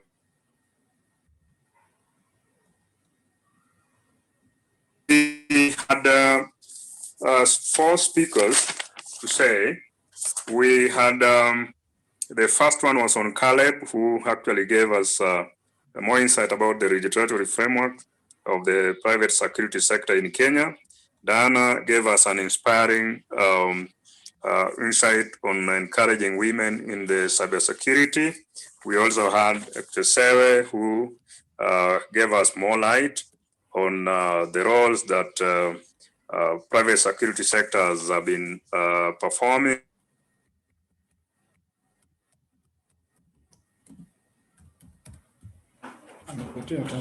Was able to take us through the emotional intelligence, and we are able also to see how they can be benefit in terms of how we handle it. We want to open the floor. You can either raise up your hand. If you are not able to speak, you can put it on the chat so that we are able to capture it and we'll be able to respond to it. So the floor is open for anyone who has something to say. Doctor, we have... Anybody who has a question or a comment? We have a question. We have, she's called Linda Uma. I'll just ask a question. Linda, yes. Maybe she can ask that question because I can see it on chat. Linda, please. Linda, or we can read it for you. Linda, hi, I am here. Although mine wasn't really a question, it was more of a comment. I was commenting on Caleb's presentation and also Dr. Silvana Sewe's presentation. And I was wondering if there's going to be any outcome document that will probably, that the meeting attendees would be able to access later on. But maybe my question would be, at the Center for Human Rights and Policy Studies, at the moment, we are doing a study that is looking at the role of private sector vis-a-vis how they have been reacting to issues related to terrorism. We think about the attacks at Westgate Mall and Dusit, where the private security actors were some of the first responders.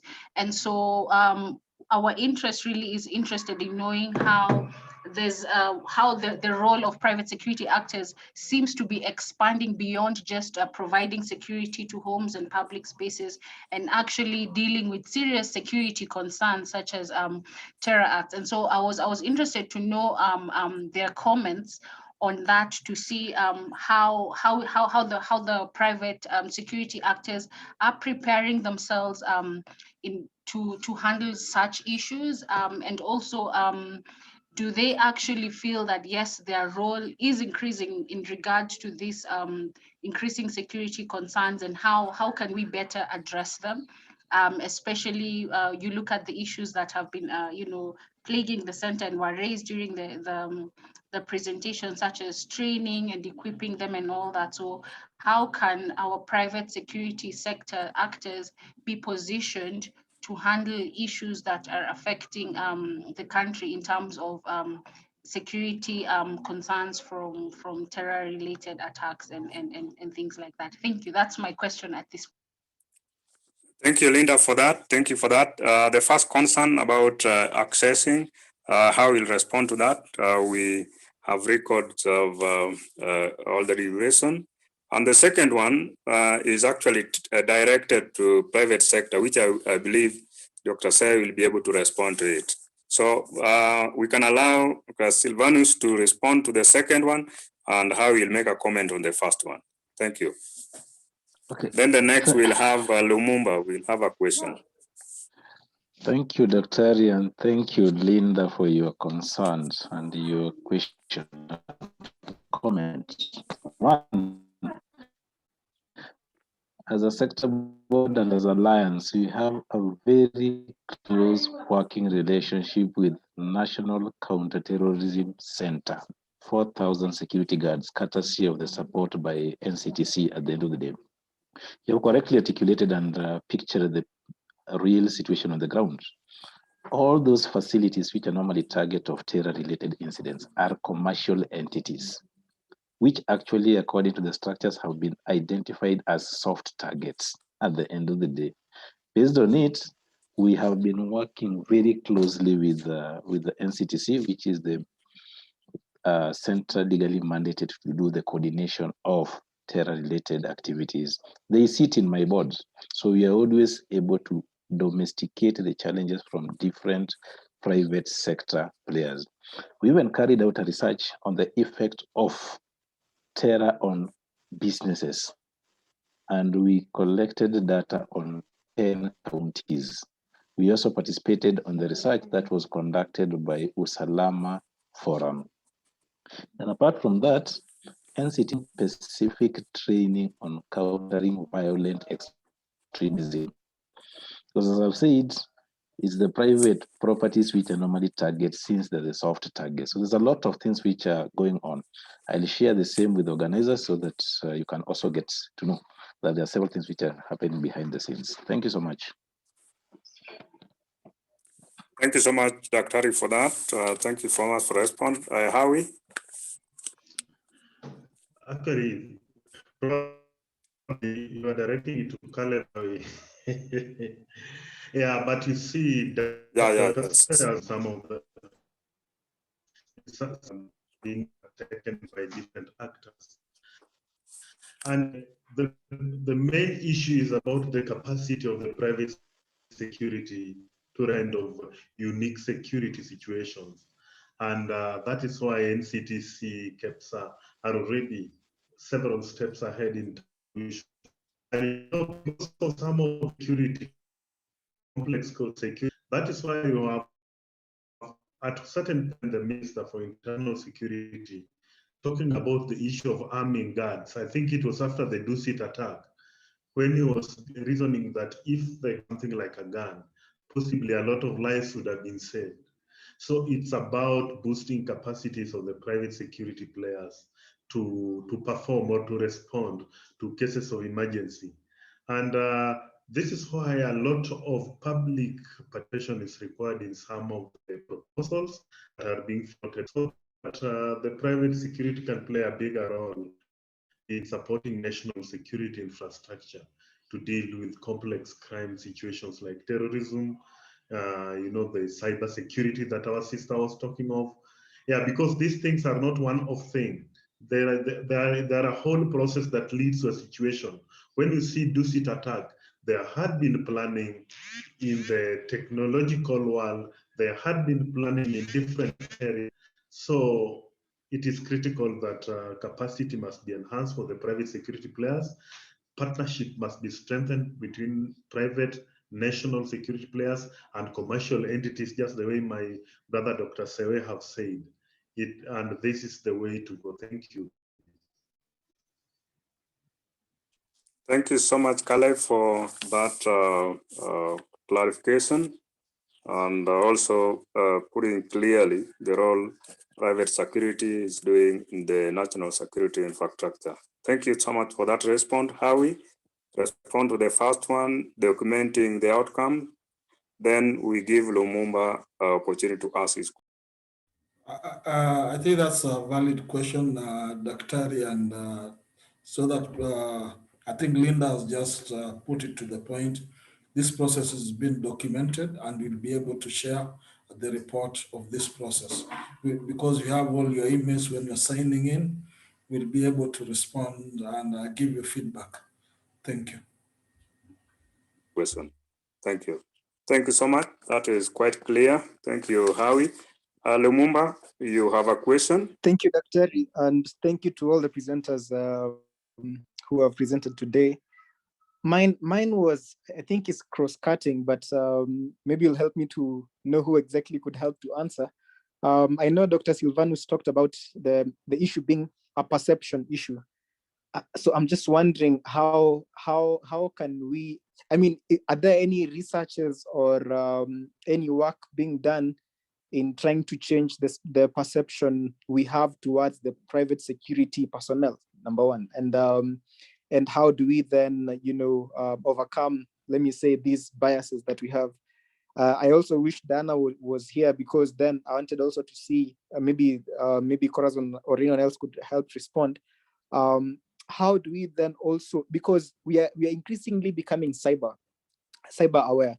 So how do we then also incorporate this new technology without hurting the, let me say, the layman, the actual guards, because that's definitely going to be an issue. Are there any mitigation strategies? Is it only upskilling that is going to save them, or there is any other potential mitigation from them? And then on emotional intelligence, how do we continue this conversation? Maybe Albert can help with that. Thank you. Thank you so much, Lumumba, for that. I think the first question on the perception, Dr. Sarah Caleb can actually respond to that, and then Albert will respond to his, and we'll actually respond to the third one. Thank you. Thank you, Dr. Actually, Lumumba has correctly put it that it's normally a biased perception. Because each and every time you look at any transaction, what normally comes to the mind is the issue of remuneration at the end of the day, without looking at the bigger picture of what is the contributing factor that is managing the relationship between all these stakeholders. And that's why I said that our approach is to make sure that all the stakeholders are brought on the table. That was the primary intent from the onset, so that collectively we can come up with an agreement on the best way of increasing the perception of the industry without demonizing specific actors or giving unnecessary publicity which are beyond some of those particular actors. What are we doing to change this particular perception? I can report here, and there is one thing that Dr. had mentioned, that I have bias on forensic.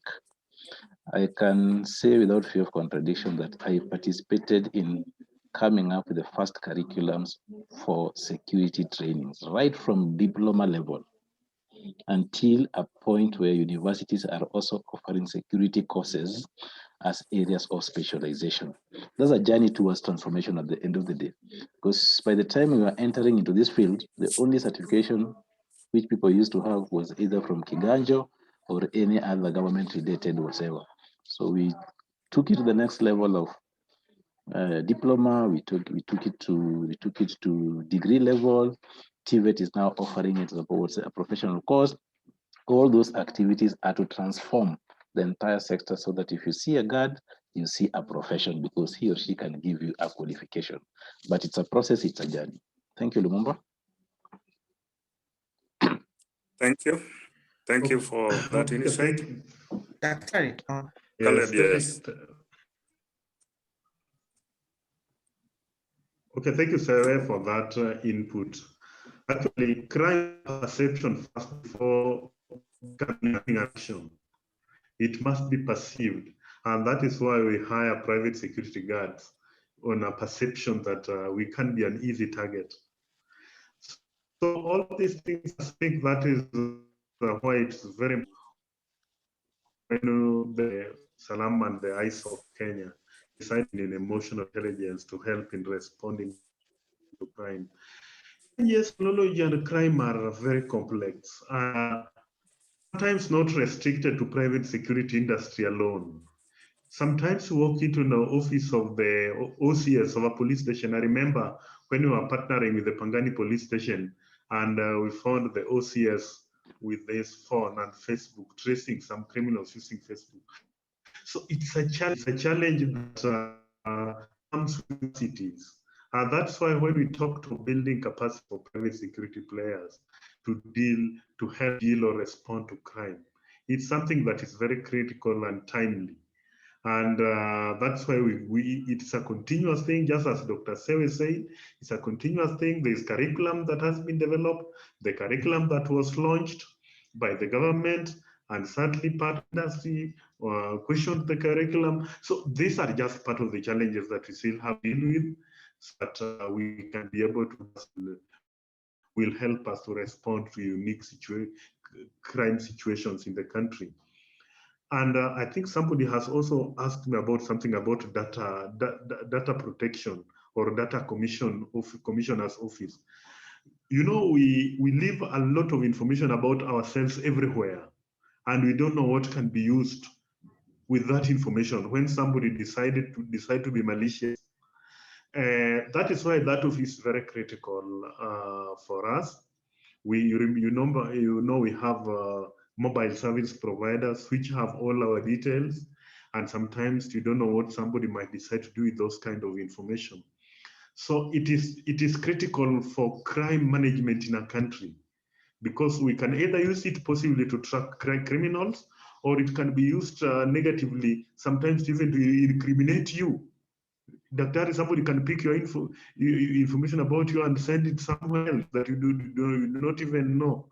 So all these things are very important.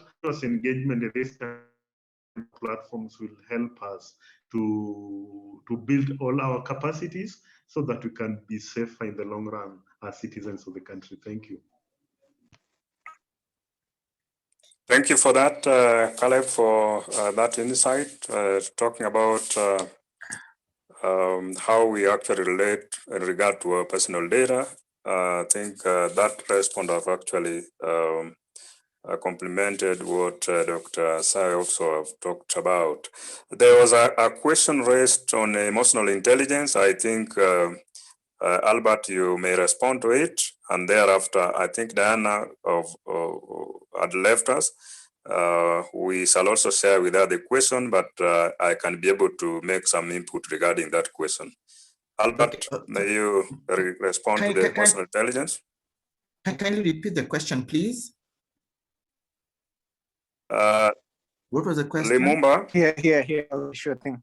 Albert, the question was around how do we, beyond just having, I know this is a start to have emotional intelligence as a, open discussion out here. How do we in our personal setups continue these conversations? Maybe you might have some insight, because I think it's an important thing that we need to be discussing over and above the table. Yeah. Okay, thank you very much, Lumumba. For me, personally, and I'm going to really tie it down to our current situation, where COVID has come in and has disrupted every sector of our lives. And if we look even in as far as the security sector is concerned, you're talking about loss of lives, you're talking about loss of jobs, you're talking about even the increase of stress and depression, and even gender-based violence. So for me, what I think we need to do, we must be very deliberate when it comes to what I call self-care. So self-care here, it's the deliberate effort you take to take care of your overall well-being. And what am I saying? Things such as exercising, eating well. We have what you call talk therapy. We have what you call, even, I always say, even watch what you listen to, watch what you even watch. And always, a good example, if you're not comfortable with the number of deaths or the number of cases that are emanating from that are being continuously read in the news media, don't have to watch news at 1, 4, 7, 9, choose a specific timing. So maybe what I would say, we need to be very deliberate in taking care of ourselves, which then brings me to my next point of resilience. Because remember, because since things have been disrupted, so it means we have to rewire our thinking. And for us to do that, we need to be resilient. And resilience here really requires a lot of individual, what do you call it? Individual input. Self-talk is part of it, for one, but also seeking out and talking to like-minded people is another. And also, please don't hesitate even to reach out for help. And in this case, even therapy. Don't fear going out and seeking therapy when needed. But also, try to also work on your attitudes, your stereotypes, you know, and your belief systems. I think if we do that, then we'll be able to make it more personal and also seek purpose to know much more about EI, because EI is huge. Unpack it as I did. Look at, so for example, when it comes to being self-aware, journaling, do journal. Remember, journaling is a way of letting out your feelings. So as you're letting out your feelings, you're not able to deal with the inner stressors that you're going through. How do you then deal with the emotions? For example, if you're going somewhere and certain situations make you angry, what strategies are you going to employ? You can try it out. I think what I forgot to mention, that EI is unlike IQ. EI is a skill that is continuously learned and we continuously improve on it. I hope I've answered you, Lumumba. Yes. Thank you, Albert. Thank you, Albert, for that. Because of time, I see there's a question that has been raised by Daniel. Then we may actually have our closing moment. But there's a question that Lumumba probably pointed towards Diana, talking about cyber awareness, and his concern was regarding the incorporation of new technology without hurting laymen. I think what Lumumba might have been referring to laymen and those who have low literacy on technology issues. What I can actually add here, it's true we are becoming more cyber aware. It is true we are migrating our activity on the cyberspace. It is true we are getting more involved in digital activities, and that's like our life actually rotate around the cyberspace. It's actually important, of course, for us to responsibly interact with the cyberspace, their resources. Previous speakers have actually pointed out we populate social medias and other information reservoirs with our personal data, and those data maybe later might work for us or may work against us. I think it's also important for us as those who are interacting with the cyberspace to be observant and of course be aware what you are sharing with the globe. Because once you place it there, you actually broadcasting it globally, and whoever can pick it can use it for your gain or can use it for your disadvantage. Another thing also in regard to emotional intelligence, you know, in face-to-face interaction, or what we can call physical interaction, is quite easier to comprehend an intention from a speaker when you rely on emotions. They normally support in making judgment. But it's a different ballgame when it comes to cyberspace or involvement in the cyber world, because you actually rely on text information that is being shared to you, save for streamed communication where we have videos. But when it comes to just exchange of text, which is quite popular, we realize that people expose themselves to a situation where they make wrong interpretation. Then thereafter, they find themselves on the wrong side against their wish. So I think responsible interaction with the cyberspace is also important. Now, there are people who are literacy, have higher literacy regard to cyberspace and how to handle it. There is a need for advocacy for those who have that advantage to share it with those around us who may not be privileged to such literacy information. Just like we've been interacting with digital system, we had radio before, we have TVs, now we have mobile phone, and all this stuff, interaction is actually open to those who have low literacy and also high literacy. So there is it's quite important for us also to share this awareness so that we may responsibly be able to interact with the cyberspace resources. Thank you for that. I want to allow Daniel, may you share your concern, and thereafter we may actually be in a closing. Unless somebody has a very pressing issue, we may actually end up closing our session. Yes, Daniel? Dr. Before Daniel comes in, I believe that it's Yes. important that in the next maybe 7 minutes, we wind up the process so that we can have a closing remarks from each and every person as they're responding. So if anybody has an issue, let them also raise that, and then so that they're able to respond. Thank you for that. Thank you for that. And before you Thank you for forget, that. Daniel? before I also forget, Joel will also, our treasurer, will be able to close the session once everybody has finished. Thank you. Thank you. Thank you so much, Doc. Sorry, I got some work. I couldn't join in time now. I've just been hearing about this data protection. Personal data is really in my concern. And my question was, how do we handle personal data in Kenya? You know, it's really an issue like the Huduma case, whereby people are being sent, they collect your data. You know, like if you look at GDPRS, the Global Data Protection Regulation, it really picture out how personal data should be accessed and how it should be handled. Like if somebody is picking your data, this person, if it's a company, they should highlight reasons why they are picking this data. How are they going to use this data? How long are they going to store this data? What kind of people are going to access this data? Do we have that one in place? And if it's not there, how are we handling the cases? Like my big question is still on Huduma number. The government picked a lot of information from the citizens. And you see, we don't know who is accessing this data. This data can be shared to another party for just a money issue. We have people who have, they have personal interest in the government. They can use this data and sell it to some companies so that they can gain from it. That's my question. Thank you. Thank you. Thank you, Daniel, for that. The concern about personal data and protection. Howie, can you make some input? Daktari.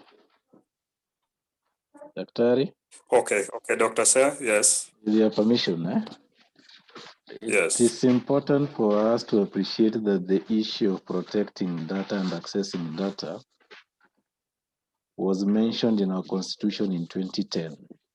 Actually, Article 31 and 35 required the government or parliament to make sure that they enact laws that will regulate how we'll access data and how we'll protect data. I know we are talking about Data Protection Act, but we are forgetting that we also have Access to Information Act, which both of them are supplementing or complementing those particular articles of the Constitution. GDPR was specifically designed to assist or regulate transformation of data within Europe and its member companies which are operating in other jurisdictions. If you look at GDPR and you look at the Data Protection Act, to a certain extent, it's just a mirror of each other because we're just borrowing from the good practices at the end of the day. So we have lived with the fear of our data being spied for a very long time at the end of the day. But remember, all these things normally boils at public interest. Whether we become 100% we want to be private, immediately we empowered the system called the government with its own arms. They have also been empowered of how they can access your information. What am I saying? It boils down to a society, a community that is guided by Article 10 of the Constitution of Kenya. Whatever you are doing should be within the values of our country at large. So when somebody is stealing your data, there is how to deal with them. But when you have done something wrong, there is how the system is supposed to get that particular information. So I normally advise people, don't only read the data protection, also do Access to Information Act so that you complement and know what is expected of you at the end of the day. The good thing with that thing, it has defined who the processor is, who is processing that data in short, who is controlling that particular data, and it has given responsibilities of what you're supposed to do when that information is within your custody. So thank you, Dr. I was just saying, it was alluded in 2010, it is in our constitution, we are only operationalizing the same. Thank you, Dr. Thank you so much, Dr. for that. Thank you so much for that. Howie, you comment on that? I think Dr. Seah has really responded to that question. I don't have a comment for the interest of time, please. Thank you so much. I think there is something about Wandera has actually talked about sending memorandum to the commission. Okay. I think that has actually been responded by Howie. I think we've come to the end of our session. We had key areas that we have actually discussed. Majorly, the focus was pointing toward the private security in Kenya, and of course, in relation to the emotional intelligence, where we are able to get insightful coverage from Caleb. Caleb was able to give us the framework and able to enable us be in a position to understand what is really happening in that particular sector. We've actually interacted with the private security sector, but we interact with them on the customer care perspective. So we actually learn a lot about that.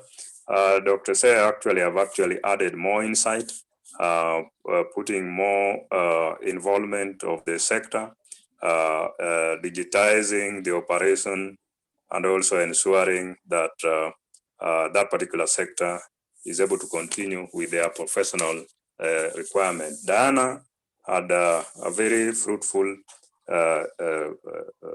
presentation that was actually inspiring the gender, talking about gender equality, encouraging women to be more active in the cybersecurity issues. And of course, he gave it from a point of view, quite self-inspiring, how she had a journey and up to where she is. And she also she was able to share with us that she's still on the journey. Albert simplified more about emotional intelligence, and I believe members are actually in a position to understand it well. Now they can actually understand what is emotional intelligence. Even when we interact with the cyber space resources, we know that there is a bit of emotional intelligence that may be has a relationship with our interaction. Before we come to the close of the session, I will want to give our speakers 1 minute each. Caleb, then we go to Dr. Silvanus, and then we'll have Albert. I think Diana has actually left us. She was attending to some other matters, and then I'll take it back to Howie so that it can be officially be closed.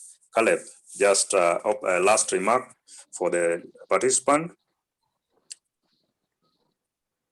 Thank you so much. First, I would like to thank the Internet Society of Kenya for coming to Usalama to proposing this kind of partnership, continue in this regard so that more people can understand and how we can continue building partnership for better information sharing and service deal. Thank you. That is the only thing I can say for now. Have a nice day. Thank you so much. Thank you so much for that. Dr. Silvanus. Thank you, Dr. Mine also is just to echo what Caleb said, to thank all the participants for taking their time. It has been amazing interaction, and to thank all the organizers, that is Internet Society of Kenya and Usalama, and also to advise everybody on this particular call.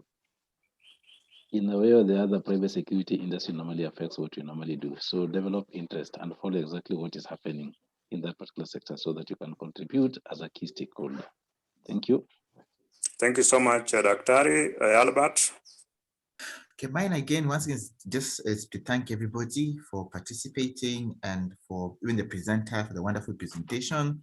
Mine is to encourage people to get to understand the emotions better and be resilient, especially in this new reality we are living in.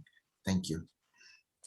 Thank you so much. Thank you so much, Albert, for that. I think Diana had left. Participant, we're so happy to have you around. Thank you for holding on. I know connectivity has challenges, and also you had to squeeze it within their time, but we are glad you were with us the entire session. I believe you have take-homes that shall be able to give you an improved understanding of emotional intelligence and also private security sector. And also, it's also supposed to replicate on our interaction and our support regarding to private security sector. ISO Kenya a series of such kind of webinar to provide advocacy opportunity for members so that we can actually learn more about issues that are surrounding the internet. Each and every person has an interaction with the internet on a daily basis, and your participation is quite important. We look forward to have you in a subsequent session. And when we call upon you, kindly come, give us your feedback. We need those feedback for the betterment of the internet ecosystem. I hand it to Howie. I saw somebody was asking about certificate of participation. Howie, take the closing session before we come to the end of it. Thank you. Thank you so much, everybody, for making it to this important session that has taken us time to plan for almost 3 months. I believe that this is a process because one of the biggest things that collaboration between the Internet Society and the Usalama Forum and even KEPSA that is represented here and even other bodies that are also here. So we believe we want, first of all, to thank those organizations, and special thanks to Caleb Wanga, Albert Mugoa, because they were able to put out this kind of concept together. Special thanks to the panelists, especially Dr. Sewe, Diana, who is also not with us here, and also a special gratitude to Dr. Richard Omolo for doing a fantastic job, and also the executive team and the membership of the Internet Society. So I don't want to say a lot, but just to welcome Joel Okomoli, who is our treasurer, just to say one word in a minute so that we can wind up. Thank you so much. Joel? Thank you so much, SG Harvey. I hope you can hear me well. You're okay. You're okay. You are getting you. We can get you. All right. Yeah. All right. We already past time, so I'll just take a minute to also appreciate our panelists who have been very nice. I hope the recording will be shared with our members just to help those who are not able to attend. I also missed the first 1 hour, 20 minutes. So I'd be happy to review the recording. Usalama Forum, I think this is not the last. We are having something running. Kindly, let's have you again participate in our future topics. And it's also a call to our members. We have a lot of experts in the house who could be able to lead us through a number of these sessions. I think the Internet Society has got enough resource, and let's begin to demonstrate this by running probably monthly or bi-monthly a session such as this one, which will help open areas of research for our members, areas of interest, which members can now go on and do deeper reading. On behalf of the executive, I know Howie has been here with us. The president also wanted really to attend, but he was is still held up in a session that is not ending. But his heart is here with us. I think the vice chair, the vice president, should be here in the house with us. I want to say thank you all, and as we go forward, let's continue to see more of these panel discussions coming up. Thank you so much, Harvey, and thanks to all the members who attended. Have a blessed weekend. Thank you. Bye, everyone. Thank you. And on the issue of the certificates, I think we have a course that is coming, so we'll be able to give certificates once we put up the course together. Thank you for your attendance. We can now leave. Thank you for that. Thank you. Okay, bye. Bye.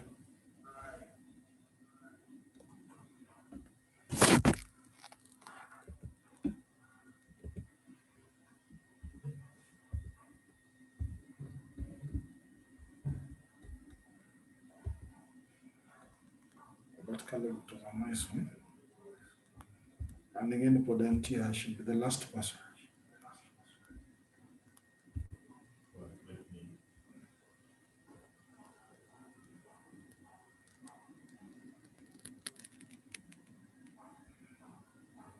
Meeting. You still have a meeting.